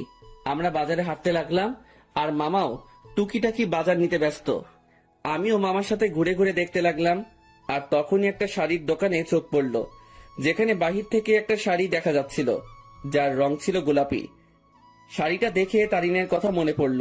আর তারিনের পছন্দের কালারও গোলাপি। যেদিন প্রথম তারিনকে দেখি সে গোলাপি জামা পরে কলেজে আসছিল, যা দেখে প্রায় কলেজের সকলেই তার দিকে তাকিয়েছিল, আর আমি তো দেখেই লাট্টু হয়ে গেছিলাম। আর সেদিনই তারিনকে আমার ভালো লেগে যায়। এরপর তারিনের পিছেই পড়ে যাই, আর প্রায় একটা সপ্তাহের মতো পিছে পড়েছিলাম। এরপর একদিন তানভীর শালা সাহস জাগিয়ে দেয় আর প্রপোজ করি, সাথে সাথে অ্যাকসেপ্ট করে নেয় আর বলে নাকি সেও নাকি আমাকে পছন্দ করত, কিন্তু আমার রাগের জন্য আমার সামনেও আসতেও ভয় পেত। আসলে আমি সব সময় নিজেকে শান্ত রাখার চেষ্টা করি, কিন্তু যখন রেগে যাই তখন শান্ত হতে অনেক সময় লাগে। আর যার উপর রেগে যাই তাকে সহজে ক্ষমা করি না। কিন্তু তারিনের ব্যবহারটা আমার মোটেও ভালো লাগেনি। আসলে আমি বুঝতে পারলাম তার মধ্যে আমার জন্য কোনো ভালোবাসাই ছিল না, জাস্ট ভালো লাগাই ছিল, যেটাকে আমি ভালোবাসা ভেবে বসেছিলাম। আর সেটাই আমার বড় ভুল ছিল। ভালোবাসা মানে একে অপরের প্রতি বিশ্বাস, ভরসা। কিন্তু তারিনের জন্য আমি তানিয়ার সাথে মিলে তারিনের বার্থডে সেলিব্রেশন করার জন্য প্ল্যান করলাম, কিন্তু তারিন মনে করে বসেছিল আমার আর তানিয়ার মধ্যে কোনো কিছু চলতেছে। যদি তারিন আমাকে বিন্দু মাত্র বিশ্বাস করত তাহলে সেটা কখনোই মাথায় আনত না। কিন্তু তারিনের মনে ভালোবাসা ছিল না, তাই সে আমাকে তানিয়ার সাথে মিশতে দেখে সন্দেহ করতে লাগলো। আমি মনে করেছিলাম তারিনকে তার বার্থডে পার্টির সারপ্রাইজ দিব, কিন্তু সেই আমাকে বড় ধরনের সারপ্রাইজ দিয়ে বসে আছে। তার জন্য আমি একটা সপ্তাহ শান্তিতে ঘুমাতে পারি নাই, কারণ আমি তারিনের জন্য তার পছন্দের জিনিসগুলো কিনতে আনতে ব্যস্ত। কারণ আমি তারিনকে খুশি দেখতে চাই। তার জন্য এত কিছুই করে শেষমেশ জুতার বাড়ি ও মিথ্যা অপবাদ পেলাম। সে না জেনেই আমাকে এভাবে আঘাত করলো। যদি তার মনে আমার জন্য বিন্দুমাত্র ভালোবাসা থাকতো তাহলে সে আমাকে সন্দেহ না করে আমার প্রতি বিশ্বাস রাখতো। কিন্তু সে থাক, যা হয়েছে ভালোই হয়েছে। আমিও উচিত শিক্ষা পেলাম আর বুঝতে পারলাম তারিন আমাকে কেমন ভালোবাসছিল। কিরে, কি ভাবছিস? কই কিছুই না। আচ্ছা নানা ভাইয়ের ওষুধ নিছো? নিব, কিন্তু তোর চোখে পানি কেন? আরে চোখে বালি ঢুকছে, সেটার জন্য। আমার সাথে আয়। আমি মামার সাথে গেলাম আর মামা একটা কলের কাছে নিয়ে যায় আর আমিও মুখ ধুয়ে নেই। আসলে তারিনের কথা মনে করতে করতে ওই দিনের ঘটনাটাও মনে পড়ে গেল আমার, তাই চোখেও পানি চলে আসে। সেদিন তারিন আমাকে যেভাবে মারলো আমি বুঝতে পারলাম সে কতটা ঘৃণা করে আমাকে। সে সত্যি না জেনেই আমাকে আঘাত করলো, যা থেকে বোঝা যায় তারিনের ভালোবাসা কত দূর। চল বাড়ি যাব, বাজার শেষ। নানা ভাইয়ের ওষুধ নাও।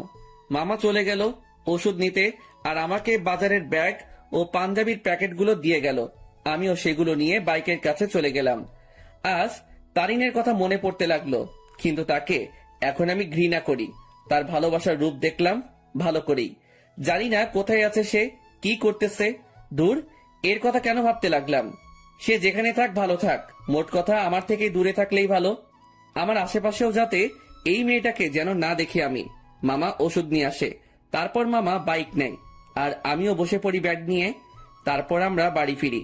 আমি ব্যাগগুলো ডাইনিং টেবিলে রেখে আমার রুমে চলে যাই। সেখানে বসে বসে আমিও মোবাইল নিয়ে ব্যস্ত, কিন্তু তানভীর রুমে ছিল না। শালা ঠান্ডার মধ্যে গেল কই? কিছুক্ষণ পরে মামি আসে আর নাস্তার জন্য যেতে বলে। আমিও মোবাইল চার্জে লাগিয়ে নাস্তা করতে চলে যাই। দেখলাম তানভীর উপস্থিত আর সে মামা ও নানা ভাইয়ের সাথে কথা বলতেছে। কিরে তানভীর, কই ছিলি তুই? আরে এমনি একটু বের হলাম আর কি। তারপর নাস্তা করি আর রুমে চলে যাই। সেখানে তানভীরও আসে। তোর নাম্বার বন্ধ কেন? কি বলিস? নাম্বার বন্ধ? কোনটা? কেন, শেষে 86 ওইটা? ও ওইটা? ওইটা তো নষ্ট হয়ে গেছে। নষ্ট হয়েছে নাকি তুই নষ্ট করছিস? আমি করছি।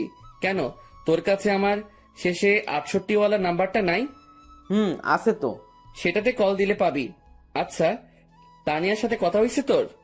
আরে আরেকটু আগেও তো কথা বলে আসলাম তার সাথে। কি? আরে ফোনে কথা বললাম আর কি। তুই কি মনে করছিস তানিয়া এখানে আর আমিও তার সাথে ঘুরে ঘুরে কথা বলতেছি? আমি তো এটা মনে করি নাই। তুই এই কথাটা বললি কেন? আরে শালা, তুই তো এটাও ভাবতে পারিস, তাই আগে বলে দিলাম আর কি। আচ্ছা বাদ দে। আর শোন, তানিয়াকে আমার পক্ষ থেকে সরি বলে দিস ওই দিনের ঘটনার জন্য। আরে বেটা বলতে হবে না, আমি সামলে নিছি ব্যাপারটা। তারপর তানভীরের সাথে রাতে খাবারের আগ পর্যন্ত আড্ডা দেই। তারপর মামা এসে আমাদের খাবারের জন্য ডাকে আর আমরাও খাবার খেয়ে নেই। এরপর রাতে আম্মু আব্বুর সাথে কথা বলে নিলাম আর মোবাইলে সকাল ভোরের জন্য অ্যালার্ম দিলাম, যাতে সকালে উঠে নামাজ পড়ে গ্রামের শীতকালে সকালের দৃশ্য উপভোগ করতে পারি। এরপর দিলাম ঘুম। সকাল ভোরে আমার অ্যালার্ম বেজে ওঠে আর আমিও উঠে পড়ি। আমার অ্যালার্ম শুনে তানভীর কিছুটা নড়ে ওঠে। আমিও অ্যালার্মটা বন্ধ করে দেই। আর শালা আবার ঘুম। আমিও ফ্রেশ হয়ে নেই আর বাসার থেকে উজু করে নেই। এরপর দরজা খুলে আমিও চলে গেলাম মসজিদে ফজরের নামাজের জন্য। মসজিদে নামাজ শেষ করে এবার বেরিয়ে পড়লাম ঘোরার জন্য। চারিদিকে কুয়াশায় ঘেরা, সামনে কি আছে কেউ দেখতে পারবে না। আর গ্রামের পরিবেশে এটা একটা অসাধারণ ও মুগ্ধকর মুহূর্ত। তবে এটাই না, এখন সবচেয়ে আকর্ষণীয় জিনিস দেখার বাকি, যেটা প্রায় অনেকে দেখতে গ্রামে আসে। আর সেটা হলো শীতকালে সকাল ভোরে সূর্যোদয়। ভাগ্যিস আমি কোট শু পরে বের হইছি, না হলে এমনিও ঠিক না জমি কুলফি হয়ে যাইতাম। আমি হাঁটতে লাগি আর কিছু স্বপ্ন দেখছিলাম, সেইগুলো ভাবতে লাগি। একদিন এক শীতের সকালে তাকে নিয়ে হাঁটবো, একটা চাদরকে দুজনে ভাগাভাগি করে নিয়ে পড়বো, একে অপরকে ধরে সেই কুয়াশা ভরা রাস্তায় একে অপরকে নিয়েই মগ্ন থেকে হেঁটে যাব। তাকে নিয়ে শীতের সকালে সূর্যোদয় দেখব, আর সকালবেলা দুজনে ঠান্ডা ঠান্ডা খেজুরের রস খাবো। হয়তো এটা কোনোদিনও পূরণ হবে না, স্বপ্নই থেকে যাবে। থাক, কেউ লাগবে না আমার। আমার লাইফ আমি একাই এনজয় করব। তার ভালোবাসার কোনো প্রয়োজন নেই আমার। তার ভালোবাসার নমুনা দেখলাম ভালো করেই। যার মধ্যে আমার জন্য বিন্দুমাত্র বিশ্বাস নেই, সে কি করে আমাকে ভালোবাসবে? ভালোবাসার মধ্যে বিশ্বাসের অবদান বেশি, কারণ একে অপরের প্রতি বিশ্বাসী ভালোবাসাকে আরো বাড়িয়ে তোলে। সূর্যোদয় শুরু হয় আর আমিও রাস্তায় দাঁড়িয়ে দেখতে লাগি। পকেটে হাত দেওয়া অবস্থায় সেই মুগ্ধকর দৃশ্য দেখতে ব্যস্ত আমি। সূর্যোদয় শেষ আর কুয়াশাও আস্তে আস্তে দেখা যেতে লাগে আর শেষ হতে লাগে। তাই আমিও চিন্তা করলাম, শীতের সকাল, দেখি যদি কোনো চায়ের দোকান পাই তাহলে এক কাপ গরম চা খাওয়া যায়। আমিও হাঁটতে লাগি আর ভাগ্যক্রমে একটা চায়ের দোকানও পেয়ে গেলাম। আমিও সেখানে যাই। এক কাপ চা দেন তো। জি দিচ্ছি, বসেন। আমি বসে আছি আর পকেটে হাত, কারণ হাত প্রায় ঠান্ডা হয়ে আসছে। এখন যদি তানভীরের পাশে থাকতো তাহলে আমার এই ঠান্ডা হাত তার পিঠে ঢুকাই দিতাম। প্রতি শীতেই সালারে এই চাকা দিয়ে আমি। চা দিয়ে গেল আর আমিও পকেট থেকে হাত বের করে দুই হাত দিয়েই চায়ের গ্লাস ধরি। চায়ের গ্লাসের তাপ দিয়ে হাত গরম করতেছি আর একটু একটু চুমুক দিচ্ছি চায়ে। চা খাওয়া শেষ করলাম আর পকেট থেকে মানি ব্যাগটা বের করে চায়ের বিল দিয়ে দিলাম আর সেখান থেকে চলে আসলাম। আমি বাড়ির দিকে যেতে লাগি। বাড়ি আঙিনায় যেতে দেখি সামনে একটা সিএনজি। মনে হয় বাড়িতে কেউ আসছে। থাক, যেই আসুক আমার কি। আমিও আস্তে করে বাড়িতে ঢুকে যাই আর নিজের রুমের দিকে চলে যাই। রুমে প্রবেশ করা মাত্রই আমার চোখ কপালে উঠে গেল। তোমরা? কি রে হারামজাদা, ভালোই তো মজা মাস্তিতে আসিস। জি হ্যাঁ, আমার রুমে আমার আম্মু আব্বু উপস্থিত আর তানভীরও ঘুম থেকে উঠে গেছে। তোমরা এখানে কেমনে? কালকে না তোমাদের সাথে কথা বললাম আমি? আমরা 11টার গাড়িতে উঠি আর এখানে চলে আসি। এখানে আসার কারণটা কি? তাও হঠাৎ করে চলে আসলা, ব্যাপারটা বুঝলাম না। আমার আম্মু আব্বুর বাড়ি আর আমি আসবো না, এটা কি ধরনের কথা? আসবে মানা কে করলো? কিন্তু হঠাৎই না বলে চলে আসলা, ব্যাপারটা আমাকে একটু চিন্তায় ফেলে দিল। চুপ হারামজাদা, এত চিন্তা করতে হবে না তোকে। তোর জন্য আমি তানভীরকে মারলাম। মানে? আর বলিস না দোস্ত, আমাকে তুই মনে করে আমি ঘুমানো অবস্থায় মাথায় দিল একটা। তুই শালা মাইরের যোগ্য। আম্মুর কাছে গিয়ে আম্মুকে জড়িয়ে ধরলাম। তো মাই আম্মা যান, একটু বলবেন আপনার চেহারা এত খুশি কেন? কারণ আমার আব্বু জানটাকে পেয়ে গেলাম যে। কেমন আছিস আব্বু? কোনো অসুবিধা হচ্ছে না তো? আর বলিও না আম্মু, রাতের বেলা মশারা আমার কিস নিতে নিতে আমার ইজ্জত আস্ত রাখে নাই। এখন বউকে কি বলবো সেটাই সমস্যা। আমার কথা শুনে আম্মু আব্বু হেসে দেয়, কিন্তু তানভীরের মুখে অন্য কিছু দেখতে পাচ্ছি। কিরে তানভীর, তোর কি হয়েছে আবার? কই কিছুই না, আমার ঠান্ডা লাগছে, আমি ঘুমাই। যা ঘুমা তুই। আমি আম্মু আব্বুকে নিয়ে হলরুমের দিকে গেলাম আর দেখলাম মামা নানা ভাই কথা বলতেছে। আপু, এটা কি আসলেই তোর ছেলে? কেন? তোরে কি করলো? আর বলিস না আপু, আসতে না আসতেই আমার জীবনের অর্ধেক আগেই টানা করেছে, আর এখন বাকিটুকু করতেছে আর কি। এই মামা, মেজাজ গরম করিও না, না হলে যে একেবারে জায়গা বরাবর বাস দিমো। আল্লাহ কি দেখে তোরে বানাইছে বুঝি না, একবারে ফাজিল এর বাপ তুই। আজ আছি তো তাই এসব বলতেছো, একদিন এই ফাজিলটা থাকবে না, সেদিন মিস করলেও লাভ হবে না মামু। প্রথম কথা তুই ফাজিল না, শয়তানের নানা। আর শয়তান মরে না, বুঝছস? ওকে, দেখা যাবে। মামা ভাগিনার ঝগড়া শেষ হয়েছে? হয় নাই, আরো বাকি আছে। মামু, মেজাজটা কিন্তু 440 করছো। কোন সময় কোন অঘটন ঘটাই দেই আর তোমারে ফাঁসাই দিমো কিন্তু। কেন, কি করবি তুই? বেশি কিছু না, গ্রামে কোনো এক আন্টিকে টাকা দিয়ে ভাড়া করে আনবো। কেন, গ্রামের মহিলা এনে কি করবি? তারে বলবো তোমার জিএফ হিসেবে নিজেকে পরিচয় দিতে, বাকিটা মামি সামলাবে আর কি। কথাটা শুনে আব্বু আম্মু নানা ভাই হেসে দিল, আর মামার মুখের রিয়াকশন দেখে আমার হাসি আসতেছে। মামা ফুল শক খেয়ে গেল। ওরে খোদারে, আমার জীবন শেষ করার জন্যই জন্মাইছে। হারামজাদা বজ্জাত, কি জিনিস রে তুই?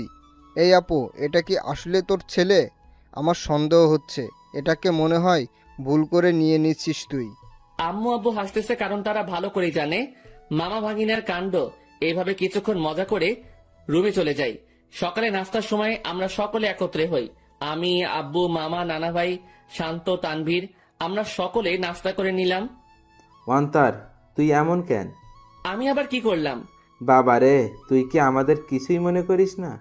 আরে কি হইছে, কান্না করতেছো কেন? সমস্যা কি একটু বলো তো? কি করলাম আমি? আমি আব্বুকে জড়িয়ে ধরলাম। যদি কোনো ভুল কিছু করে থাকি ক্ষমা করে দিও। আর ওই দিনের ব্যাপারটার জন্য সরি। আসলে মাথা ঠিক ছিল না, তাই কথা বলতে ইচ্ছে করতেছিল না। তাই রাগ করে টেবিল থেকে গ্লাস ফ্লোরে ছুঁড়ে মারি। আব্বু আমাকে খুব শক্ত করে জড়িয়ে ধরে। আমি বুঝতে পারলাম আব্বুর মনে কিছু একটা চলতেছে, কিন্তু কি তা বুঝতে পারতেছি না। আচ্ছা আব্বু, চলো একটু ঘুরে আসি দুজন মিলে। চল। আমি আব্বুকে নিয়ে গ্রামে ঘুরতে গেলাম আর দুপুর পর্যন্ত ঘুরলাম। এরপর বাসায় আসলাম। অন্তর, তুই সত্যি কি ভালো আছিস? তোর মনে কোনো কষ্ট নেই তো? আমাকে দেখে কি মনে হয় তোমার আমি কষ্টে আছি? কষ্টে থাকলে কেউ তিরিং বিরিং করে ঘুরে বেড়ায় নাকি? মজা মাস্তি করে নাকি? আল্লাহর রহমতেই ভালো আছি আমি। তবে তোমার কেন মনে হচ্ছে আমি ভালো নেই? না, এমনি। আচ্ছা চল ভিতরে যাই। আমরা ভিতরে গেলাম। দুপুরে খাবার সময় আমরা সকলে মানে সকল ছেলে মানুষ একত্রে খাবার খেয়ে নিলাম। তারপর আর কি, অন্যান্য দিন যা করি সেটাই করে সন্ধ্যা পর্যন্ত পার করলাম। সন্ধ্যায় আমি মোবাইলটা চার্জে লাগিয়ে আসি নাস্তার জন্য। হল রুমে এসে দেখি সকলে কি নিয়ে আলোচনা করতে ব্যস্ত। আমিও গেলাম তাদের কাছে। আচ্ছা, আমি একটা জিনিস বুঝলাম না। আমি আর তানভীর যেদিন আসলাম সেদিন থেকেই তোমরা আমাকে ছাড়া বাকি সবাই আলোচনা সভা তৈরি করে আলোচনা করতে ব্যস্ত। এখন আজকে আব্বু আম্মু আসলো, আজকে আব্বুকে নিয়েও তোমরা শুরু করে দিলে। আসলে কি এমন আলোচনা করতেছো তোমরা? আমার কথাগুলো শুনে সবাই থমকে গেল। মনে হয় আমি তাদের কাছে তাদের জান চাইছি। কিছু না রে, এমনি আড্ডা চলতেছে আর কি। মামা, নানা ভাই তারা এতই ফ্রেন্ডলি যে তাদের সাথে আড্ডা দিতে হেব্বি মজা হয়। তুইও আয়। আমি তাদের কাছে গিয়ে আড্ডা দিতে ব্যস্ত, কিন্তু সকলের চেহারায় অন্য কিছু দেখতে পাচ্ছি আমি। তারা আমার থেকে কথা লুকাচ্ছে তা আমি শিওর, কিন্তু কি সেটা জানি না। তবে আমাকে জানতে হবে। সন্ধ্যায় সকলে নাস্তা করে নিলাম। আমি একটু বাইরে যাব। আচ্ছা যা, কিন্তু 9টার আগে বাসায় আসবি। আচ্ছা। তারপর আমি বাহিরে গেলাম। কিছু দূর হাঁটতেই মনে পড়লো মোবাইলের কথা, যেটা আমি চার্জে দিয়ে আসছি। তাই আমিও আবার বাড়ির দিকে গেলাম। দরজা মুখোমুখি দেওয়া, আর আমি হলরুমে যেতেই দেখি সেখানে কেউ নেই। কিরে, আমি আসার আগ পর্যন্ত তো আব্বু, নানা ভাই, মামা, তানভীর এখানেই ছিল। তাহলে কই গেল? আমিও আমার রুমের দিকে যাই, আর চার্জ থেকে মোবাইলটা নিয়ে বেরিয়ে আসতেই নানুর রুম থেকে কথা বলার আওয়াজ পাই। আব্বু, আমি তানভীরের কাছ থেকেই সকল কথা শুনে তাকে তোমাদের কাছে পাঠালাম। শুধু তাই না, তারিনও আমাকে কল দিয়ে সত্যিটা বলে যে সে কি কি করছে অন্তরের সাথে। প্রথম আমারও রাগ উঠছিল, তারপর তারিন কান্নাকাটি করতে লাগে আর সে তার ভুল বুঝতে পারে। তোমাদেরও সবটুকু বললাম, অন্তরকে বুঝতে দিই নাই। আমরা তার কষ্ট সম্পর্কে অনেক আগেই জেনে গেছি। রেহেনা, মা শোন, আমাদের বুদ্ধিমতো অন্তরকে এখানে আনলাম আর আটকে রাখলাম। তাকে বুঝতেও দিই নাই যে আমরা এখানে তার বিয়ের ব্যবস্থা করছি। আমি কথাগুলো শুনে নিস্তব্ধ হয়ে গেলাম। খুব বড় ধরনের শখ খেলাম আমি। তার মানে আমাকে এই কারণে আম্মু নানার বাড়িতে পাঠাইছে। আমি কি বলবো বা করবো কিছুই বুঝতে পারলাম না। আমি মোবাইল নিয়ে আস্তে করে বাহিরে যাই, আর নানুর রুমের জানালা খোলা, সেটা দিয়ে আমি কোনো মতে নিজেকে আড়াল করে বাইরে থেকে তাদের দেখতে ও কথাগুলো শুনতে লাগি। এখানে আম্মু তারিনের কথা বলল, কিন্তু এখানে তারিন কোথা থেকে আসবে? আর তখনই দুইটা মেয়েকে দেখলাম। মেয়েগুলো আর কেউ না, সেই মেয়ে যেগুলো আমাদের সাথে আমাদের বাড়িতে আসছে। তাদের চেহারায় এখনো পর্দা করা, তবে তারা তাদের পর্দা খুলতে লাগে। তাদের পর্দা খোলা শেষ, কিন্তু আমি তাদের পিছনের অংশটুকুই দেখতে লাগলাম। এরপর তারা দুজনেই ঘুরতেই সেই লেভেলে শক খেয়ে গেলাম আমি, কারণ আমি তাদের চেহারা দেখলাম। যে মেয়েটা আমার মাথা খাইছে সেটা আর কেউ না, তারিন। আর তার পাশের মেয়েটা হচ্ছে তানিয়া। কি ধোকা দিল রে দুইটাই, ভাইরে ভাই, কি জিনিস এরা! আমার আগেই সন্দেহ হয়েছিল এই দুইটার উপর, তবে চেহারা দেখার ইচ্ছা ছিল, কিন্তু দেখতে পারি নাই। আন্টি দেখুন, আপনার কথা মতো আমিও এই দুজনকেই নিয়ে আসি আমাদের সাথে, আর অন্তরকে বুঝতেও দিই নাই এই দুই বোরকাওয়ালি আর কেউ না, তানিয়া ও তারিন।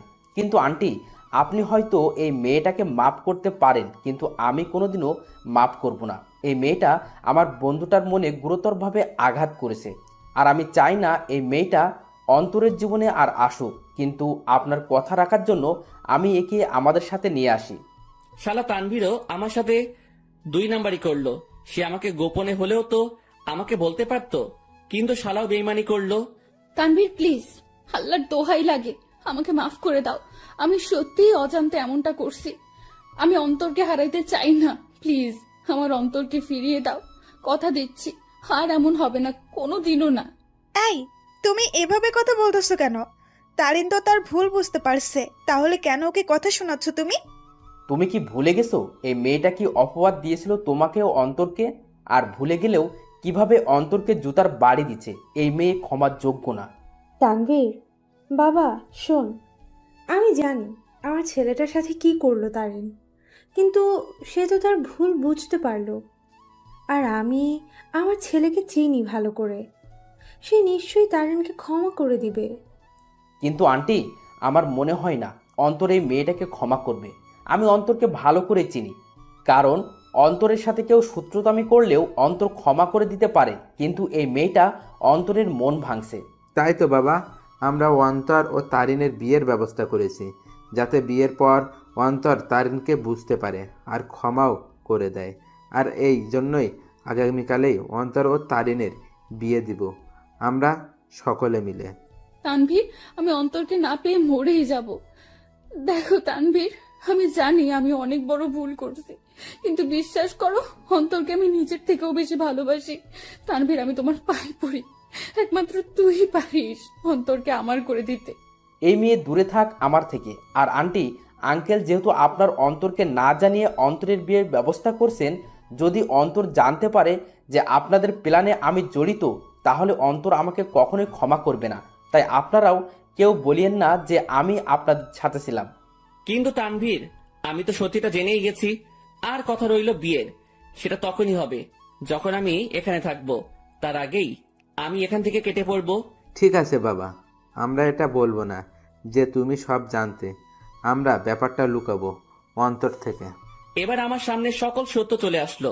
বাহ, ভালোই তো প্ল্যান করছে। আর কি বললো তারিন? সে আমাকে ভালোবাসে, তাই না? আর ভালোবাসা লাগবে না, বিয়ে তো দূরে থাক, তার চেহারাও দেখতে আমি ইচ্ছুক নই। আমিও চলে গেলাম। কোনো মতে রাত 8টা পর্যন্ত বাইরে কাটালাম। আমি বাড়ি আসলাম আর দেখলাম তারা কথা বলতেছে। আমি তো এখন জেনেই গেছি তাদের কি নিয়ে আলোচনা হতো এতদিন। তারা আমার থেকে কথা লুকাইছে, এবার আমিও তাদের বুঝতে দিব না আমিও তাদের গোপন কথাটা জেনে গেছি। সকলে মিলে রাতের খাবারটা খেয়ে নিলাম, তবে আমি চুপচাপ ভাবে থাকি আর তাদের বুঝতে দেই না আমার মনে কি চলতেছে। আমি কারোর সাথে কোনো কথা না বলে চলে যাই রুমে। কিরে, কি করিস? কিছু না। কিরে, এভাবে চুপচাপ আসিস কেন? আমার ঘুম আসতেছে। Bye, good night. আমি কম্বলটা গায়ের উপর দিয়ে শুয়ে পড়ি। রাত প্রায় 12টা বাজে। তানভীর ঘুমায়, কিন্তু আমি ঘুমাইনি, কারণ আমি চলে যাব এখান থেকে, কাউকে বলেও যাব না। আমিও উঠে আমার ব্যাগ গুছিয়ে নিয়ে রেডি হয়ে আস্তে করে ব্যাগ নিয়ে রুম থেকে বেরিয়ে পড়ি আর আস্তে করে দরজা খুলে বাসার বাইরে চলে যাই। আমাদের বাড়ি থেকে বাস স্টেশন প্রায় হেঁটে গেলে 15 মিনিটের রাস্তা, আর আমিও ব্যাগ নিয়ে হাঁটতে লাগি। বাস স্টেশন প্রায় হেঁটে গেলে 15 মিনিটের রাস্তা, আর আমিও ব্যাগ নিয়ে হাঁটতে লাগি। আমি কোনো মতে বাস স্টেশনে পৌঁছে যাই। সেখানে গিয়ে মামা তানভীরকে SMS করে দেই যে আমি চলে যাচ্ছি, আমার জন্য চিন্তা না করতে। ব্যাস, মেসেজ দিয়ে মোবাইলটা অফ করে দেই আর বাস স্টেশনে বসে আছি। আজ আমি আমার আপন মানুষগুলো থেকে দূরে চলে যাব, তবে জানি না কোথায় যাব আমি। তবে আপাতত আমি আমার এলাকার দিকেই যাব, এরপর না হয় অন্য কোনো কিছু ভাববো আমি। ভাগ্যক্রমে একটা বাস আসে আর আমি উঠে পড়ি। আমি বাসের মধ্যে ড্রাইভারের পিছনের সিটে বসি। সেখানে টিকিট বাকি ছিল, তাই আমিও নিয়ে নেই। মোট কথা তাদের থেকে দূরে চলে যেতে চাই আমি। আর তারিন, যে কিনা আমাকে অনেক কষ্ট দিল, সে আমার আম্মু আব্বুকে ভালোই পটাতে পারলেও সে কোনো দিনও আমাকে পাবে না, কারণ সে আমার মনে গুরুতরভাবে আঘাত করলো। আমি অনেক কষ্ট ভোগ করছি, আর এত সহজে তারিন আমাকে পেয়ে যাবে তা কোনো দিনও না। এবার সেও বুঝুক, যখন ভালোবাসার মানুষ দূরে থাকে ও ঘৃণা করে তখন কেমন লাগে। আমি অনেক কষ্ট অনুভব করলাম, এবার তার পালা কষ্ট অনুভব করার। আমি কোনো দিনও তারিনকে বোরকা পরা অবস্থায় দেখি নাই, আর আমাদের সাথে যখন বাসে ওঠে তখন সে বোরকাটা পরে, মানে শুধু চোখগুলো দেখা যাবে, বাকি শরীরের অংশ দেখা যাবে না। ওই বোরকাটা পরে, আর এই বোরকাটা পরায় আমি তারিনকে চিনতে পারি নাই। তবে শুধু তারিন না, তানিয়াও তারিনের মতোই বোরকা পরে, তবে বোরকার রংটা ভিন্ন। তারিন পরছিল কালো আর তানিয়া পরছিল একটু নেভি ব্লু বোরকা। মেয়েটা ভালোই বুদ্ধি খাটাইছে, মানতেই হবে। সে আমার সামনে না এসে আম্মু আব্বুকে ভালোভাবেই পটাইছে ও তাদেরকে ভালোভাবেই আয়ত্ত করলো, কিন্তু কোনো লাভ হয়নি। কি করে ভাবলো এত সহজে আমাকে পেয়ে যাবে? আমাকে যতটুকু কষ্ট দিল তাকেও সেটা অনুভব করতে হবে। এরপর না হয় দেখা যাবে। প্রায় 2 ঘন্টা বাস চলতেছে, কিন্তু চোখে কোনো ঘুম নেই আমার। থাকবেই বা কি করে? যে দেখলাম ও শুনলাম আমি যদি আজ সেখান থেকে না চলে আসতাম, তাহলে তারা আমাকে জোর করে হলেও তারিনের সাথে বিয়ে দিত। কিন্তু আমি কোনো দিনও এই মেয়েকে এত সহজে মেনে নিব না। একবার এই মেয়েটা আমাকে সন্দেহ করে ও অবিশ্বাস করে, আমাকে অনেক অপমান করলো আর জুতার বাড়িও দিল। আর আজ যদি মেয়েটাকে আমি বিয়ে করি, তাহলে আমার অপমানের কি হবে? আমার মনে যে আঘাত করলো তার কি হবে? আর তাছাড়াও এরপর সে যদি অন্য কোনো কাহিনী করে বসে বা আমার পরিবার থেকে আমাকে আলাদা করতে চায়, তাহলে না, এই মেয়ে ভালোবাসার যোগ্য নয়। ওর মনে কোনো ভালোবাসা নেই, আছে শুধু ভালো লাগা। আর ভালোবাসার কি বা বুঝে এই মেয়ে? হ্যাঁ, ভালোবাসার কোনো কিছু জানে সে? ভালোবাসা কি সেটা জানে নাকি? যদি সে সত্যিকারই আমাকে ভালোবাসতো তাহলে আমার উপর ভরসা রাখতো, কিন্তু সে। বাসের ব্রেক কাজ করতেছে না। কথাটা শুনে সেখানে থাকা যাত্রীরা ও আমি শক খেয়ে গেলাম। কি বলতেছেন আপনি এসব? বাসের ব্রেক কাজ করতেছে না, হঠাৎ করেই ব্রেক কাজ করা বন্ধ করে দিয়েছে। ড্রাইভারের কথা শুনে যাত্রীরা আতঙ্কে ও ছোটাছুটি চিৎকার চেঁচামেচি শুরু করে দেয়। আরে আপনারা শান্ত হন সবাই, প্লিজ এভাবে উত্তেজিত হবেন না।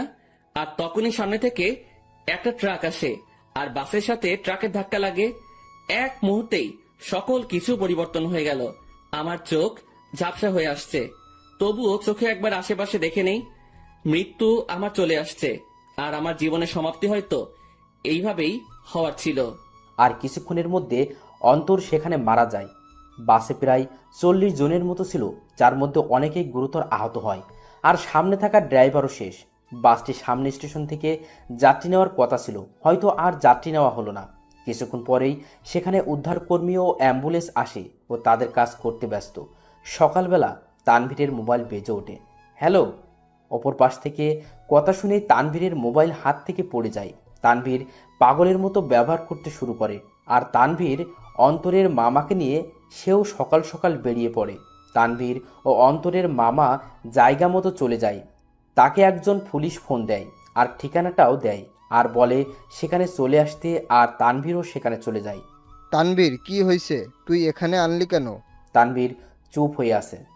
জি, আপনার নাম কি তানভীর? জি। আসুন আমার সাথে।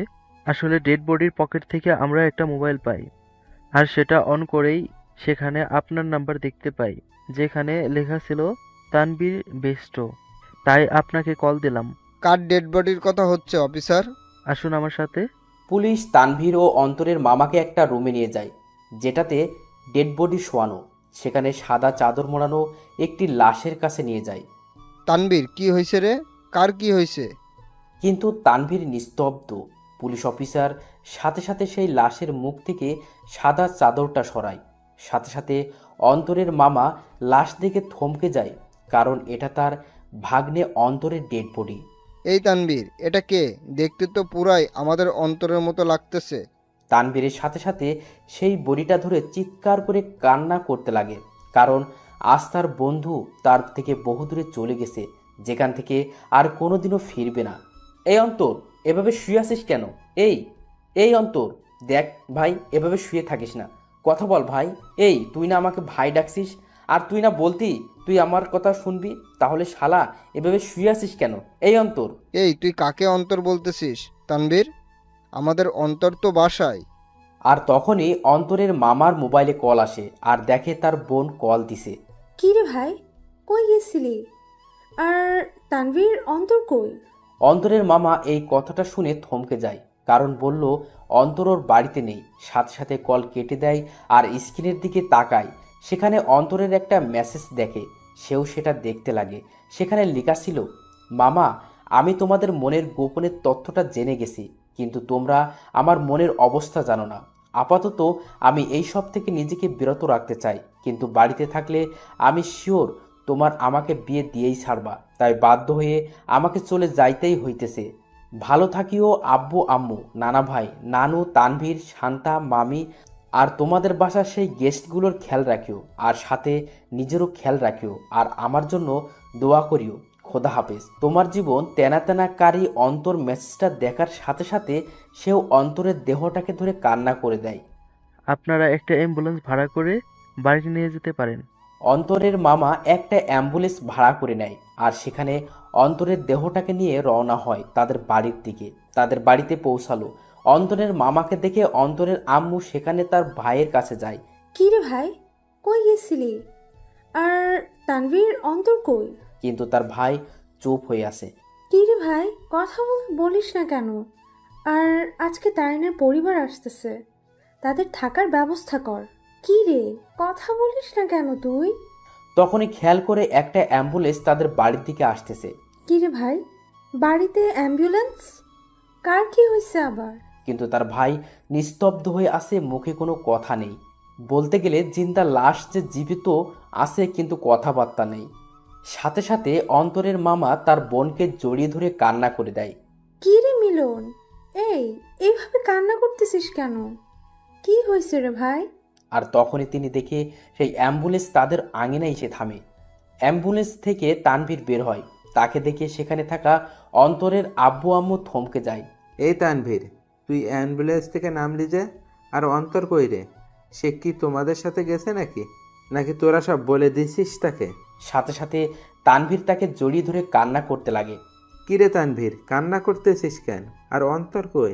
তানভীর, কি রে বাবা, তুই আর মিলন মিলে এভাবে কান্না করতেছিস কেন?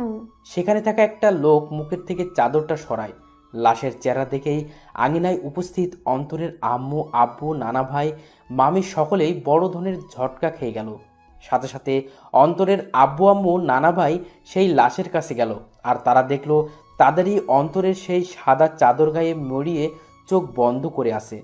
এই এই এই আব্বু, কি রে, তুই এভাবে শুয়ে আছিস কেন? এই, কি রে, কি হয়েছে তোর? কথা বলিস না কেন? অন্তর, বাবা, কি রে, এভাবে এখানে শুয়ে আছিস কেন? কি হয়েছে তোর? কথা বলিস না কেন? এই তানভীর, আমাদের অন্তর কথা বলে না কেন? ওর কি হয়েছে? নাকি তোরা সব সত্যি বলে দিছিস বলে রাগ করে আছে আমাদের উপর? কি রে তানভীর, মিলন, কথা বলিস না কেন? অন্তর এইভাবে শুয়ে আছে কেন? কিন্তু তানভীর আর তাদের মিলন মামা কান্না করেই যাচ্ছে। কাল রাতে বাস অ্যাক্সিডেন্টে উনি মারা যান। কি যাতা বলতেছেন এগুলো? আমার ছেলে বাড়ি ছিল, ও কি করে? নাকি ফাইজলামি করতেছে এই বেয়াদবটা? এই, আমার রাগ উঠে গেছে কিন্তু। এইসব নিয়ে কি ফাইজলামি করিস অন্তর? এইসব কোনো মজা করার ব্যাপার? এই, উঠ বলতেছি, না হলে কিন্তু একটা মারও মাটিতে পড়বে না। তারা অন্তরকে অনেকবার জাগানোর চেষ্টা করলো, কিন্তু অন্তর তো আর জাগবে না। সে চির নিদ্রায় চলে গেল, যেখান থেকে আর ফিরবে না কোনোদিনও। এই আব্বু, কথা বলিস না কেন তুই? একটিবার কথা বল বাবা। কি রে আব্বু, কথা বল না। সাথে সাথে অন্তরের বাবা মা দুজনেই অন্তরের দেহটাকে জড়িয়ে ধরে কান্না করে দিল। তারিন আর তানিয়া বাড়ি থেকে বের হয়ে দেখে বাড়ির আঙিনায় অনেক মানুষ। কি রে, এখানে এত মানুষ? বিয়ে তো ঘরোয়া পরিবেশে হবে বললো, তাহলে এত মানুষ আর কান্নাকাটির আওয়াজ পাচ্ছি কেন? চল তো দেখি কি হয়েছে। তারপর তানিয়া ও তারিন সেখানে গেল। কিরে, আন্টি এভাবে কান্না করতেছে কেন? কি হয়েছে? আঙ্কেলও কান্না করতেছে। কি হয়েছে রে? তারিন অন্তরের আম্মুর কাছে যায়। সেখানে গিয়ে যখনই অন্তরের আম্মুর কাঁধে হাত দিবে তখন সে সেখানেই নিস্তব্ধ হয়ে যায়। তার মুখ দিয়ে আর কোনো কথা বেরোচ্ছে না। সেও সাথে সাথে সেখানে বসে পড়ে। আন্টি, অন্তর এভাবে শুয়ে আছে কেন? কি হয়েছে ওর? কিন্তু তারা সকলেই কান্না করেই যাচ্ছে। অন্তর এভাবে শুয়ে আছে কেন? হাই অন্তর, তুমি এভাবে শুয়ে আছো কেন? কি হয়েছে তোমার? এইভাবে সাদা চাদর গায়ে কেন তোমার? হাই অন্তর, কথা বলো না কেন? আঙ্কেল আন্টি, অন্তর এভাবে শুয়ে আছে কেন? কি হয়েছে? কথা বলতেছেন না কেন আপনারা?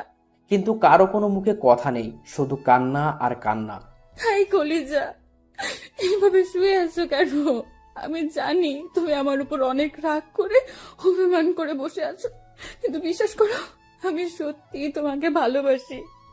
হ্যাঁ, আমি অন্যায় করেছি তোমার সাথে, আর বিশ্বাস রাখি তোমার সাথে, কিন্তু আমি আমার ভুল বুঝতে পারছি।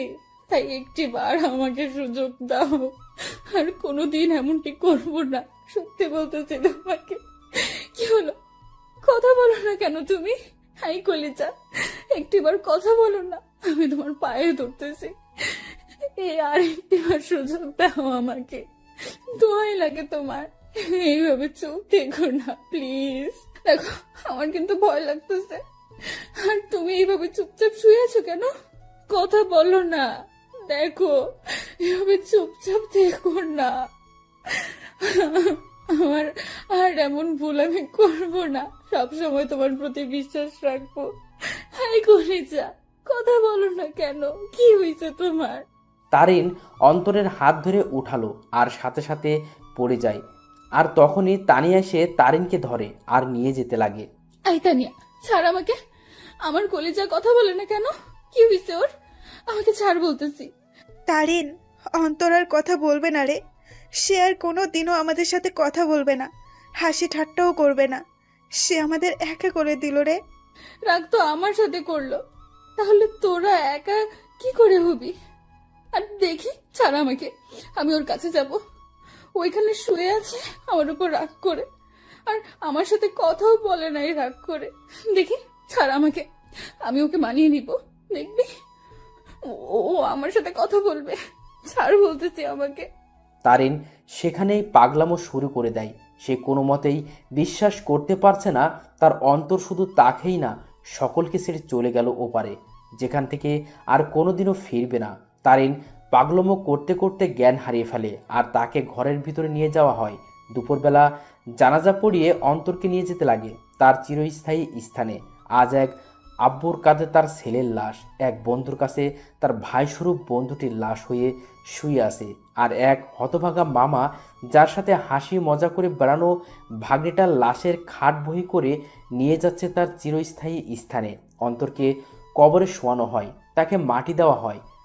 আজ সেই কবরে দাফন হয়ে গেল কারো ছেলে, কারো ভাগ্নে, কারো প্রিয় বন্ধু আর কারো ভালোবাসা। সকলকেই সেখানে অন্তরের জন্য দোয়া করে চলে যায়। তবে সেখানে বসে বসে তিনজন হতভাগা মানসিক কান্নায় ভেঙে পড়ে বসে আছে। আজ অন্তরের মামা ভাবতে লাগে সেই দিনগুলো যখনই অন্তর তাকে জ্বালিয়ে বেড়াতো, কিন্তু আজ থেকে সেই মামাকে আর কেউ জ্বালাবে না। আজ এক বন্ধু তার সুখ দুঃখ ভাগ করা বন্ধুকে হারিয়ে ফেলল। আজ একজন বাবা তার শাসন করা ছেলেটাকে হারিয়ে বসে আছে। সব সময় অন্তরকে বকা দিয়ে বেড়াতো, কিন্তু আজ থেকে সেই বকাগুলো আর কাউকে দিতে পারবে না। অন্যদিকে তারিনের জ্ঞান ফিরে সে দেখে অন্তরের আম্মু কান্না করতেছে, আর তানিয়া তাকে সামলাতে সামলাতে কান্না করতে লাগলো। এই, তোমরা সকলে কান্না করতেছো কেন? আজকে না আমার আর অন্তরের বিয়ে, আর বিয়েতে তো মেয়েরা কান্না করে। তাহলে তোমরা ছেলের মা, ছেলের বান্ধবী হয়ে কান্না করতেছো কেন? আরে যাও, তাড়াতাড়ি আমাকে রেডি হতে হবে। এই তানিয়া, তাড়াতাড়ি আমাকে রেডি করে দে। কাজী সাহেব চলে আসবে যে কোনো সময়। আর অন্তর রেডি হইছে, দেখ না। আর শোন, তানভীরকে বল না অন্তরকে রেডি হওয়া অবস্থায় একটু ছবি দিতে। আমি একটু দেখবো আমার কলেজাটাকে। তানভীরকে থেকে পারল না অন্তরের ছবি দিতে, আমাকে রেডি করে দে। আমি শাড়ির আঁচল সামলাতে পারি না, কিন্তু ও বলছিল শাড়িতে নাকি আমাকে দারুণ মানাবে, আমি ওর জন্য শাড়ি পরবো। তারিন, কি হয়েছে? আর আন্টি, সরি আম্মু, একটু রেডি করে দাও না, কাজী সাহেব চলে আসবে তো, আমাকে আবার অন্তরকে মানাতে হবে। তারিন সেখানে পাগলের মতো ব্যবহার করতে লাগলো। তারিনকে অনেকবার বোঝানোর চেষ্টা করা হলো অন্তর অনেক দূরে চলে গেছে, কিন্তু সে তা কোনো মতেই মানছে না। তারা বুঝতে পারলো অন্তরের অকাল মৃত্যু তারুণের মাথার এফেক্ট করেছে, তাইও সে পাগলের মতো আচরণ করতে লাগলো। তারিনের পরিবারও আসে, সবাই মিলে তারিনকে সামলানোর চেষ্টা করে, কিন্তু তারিনের মুখে একটা শব্দ, অন্তর। কিন্তু সে আর কোনোদিনও ফিরবে না। এভাবেই সমাপ্তি ঘটল এক অসমাপ্ত ভালোবাসার।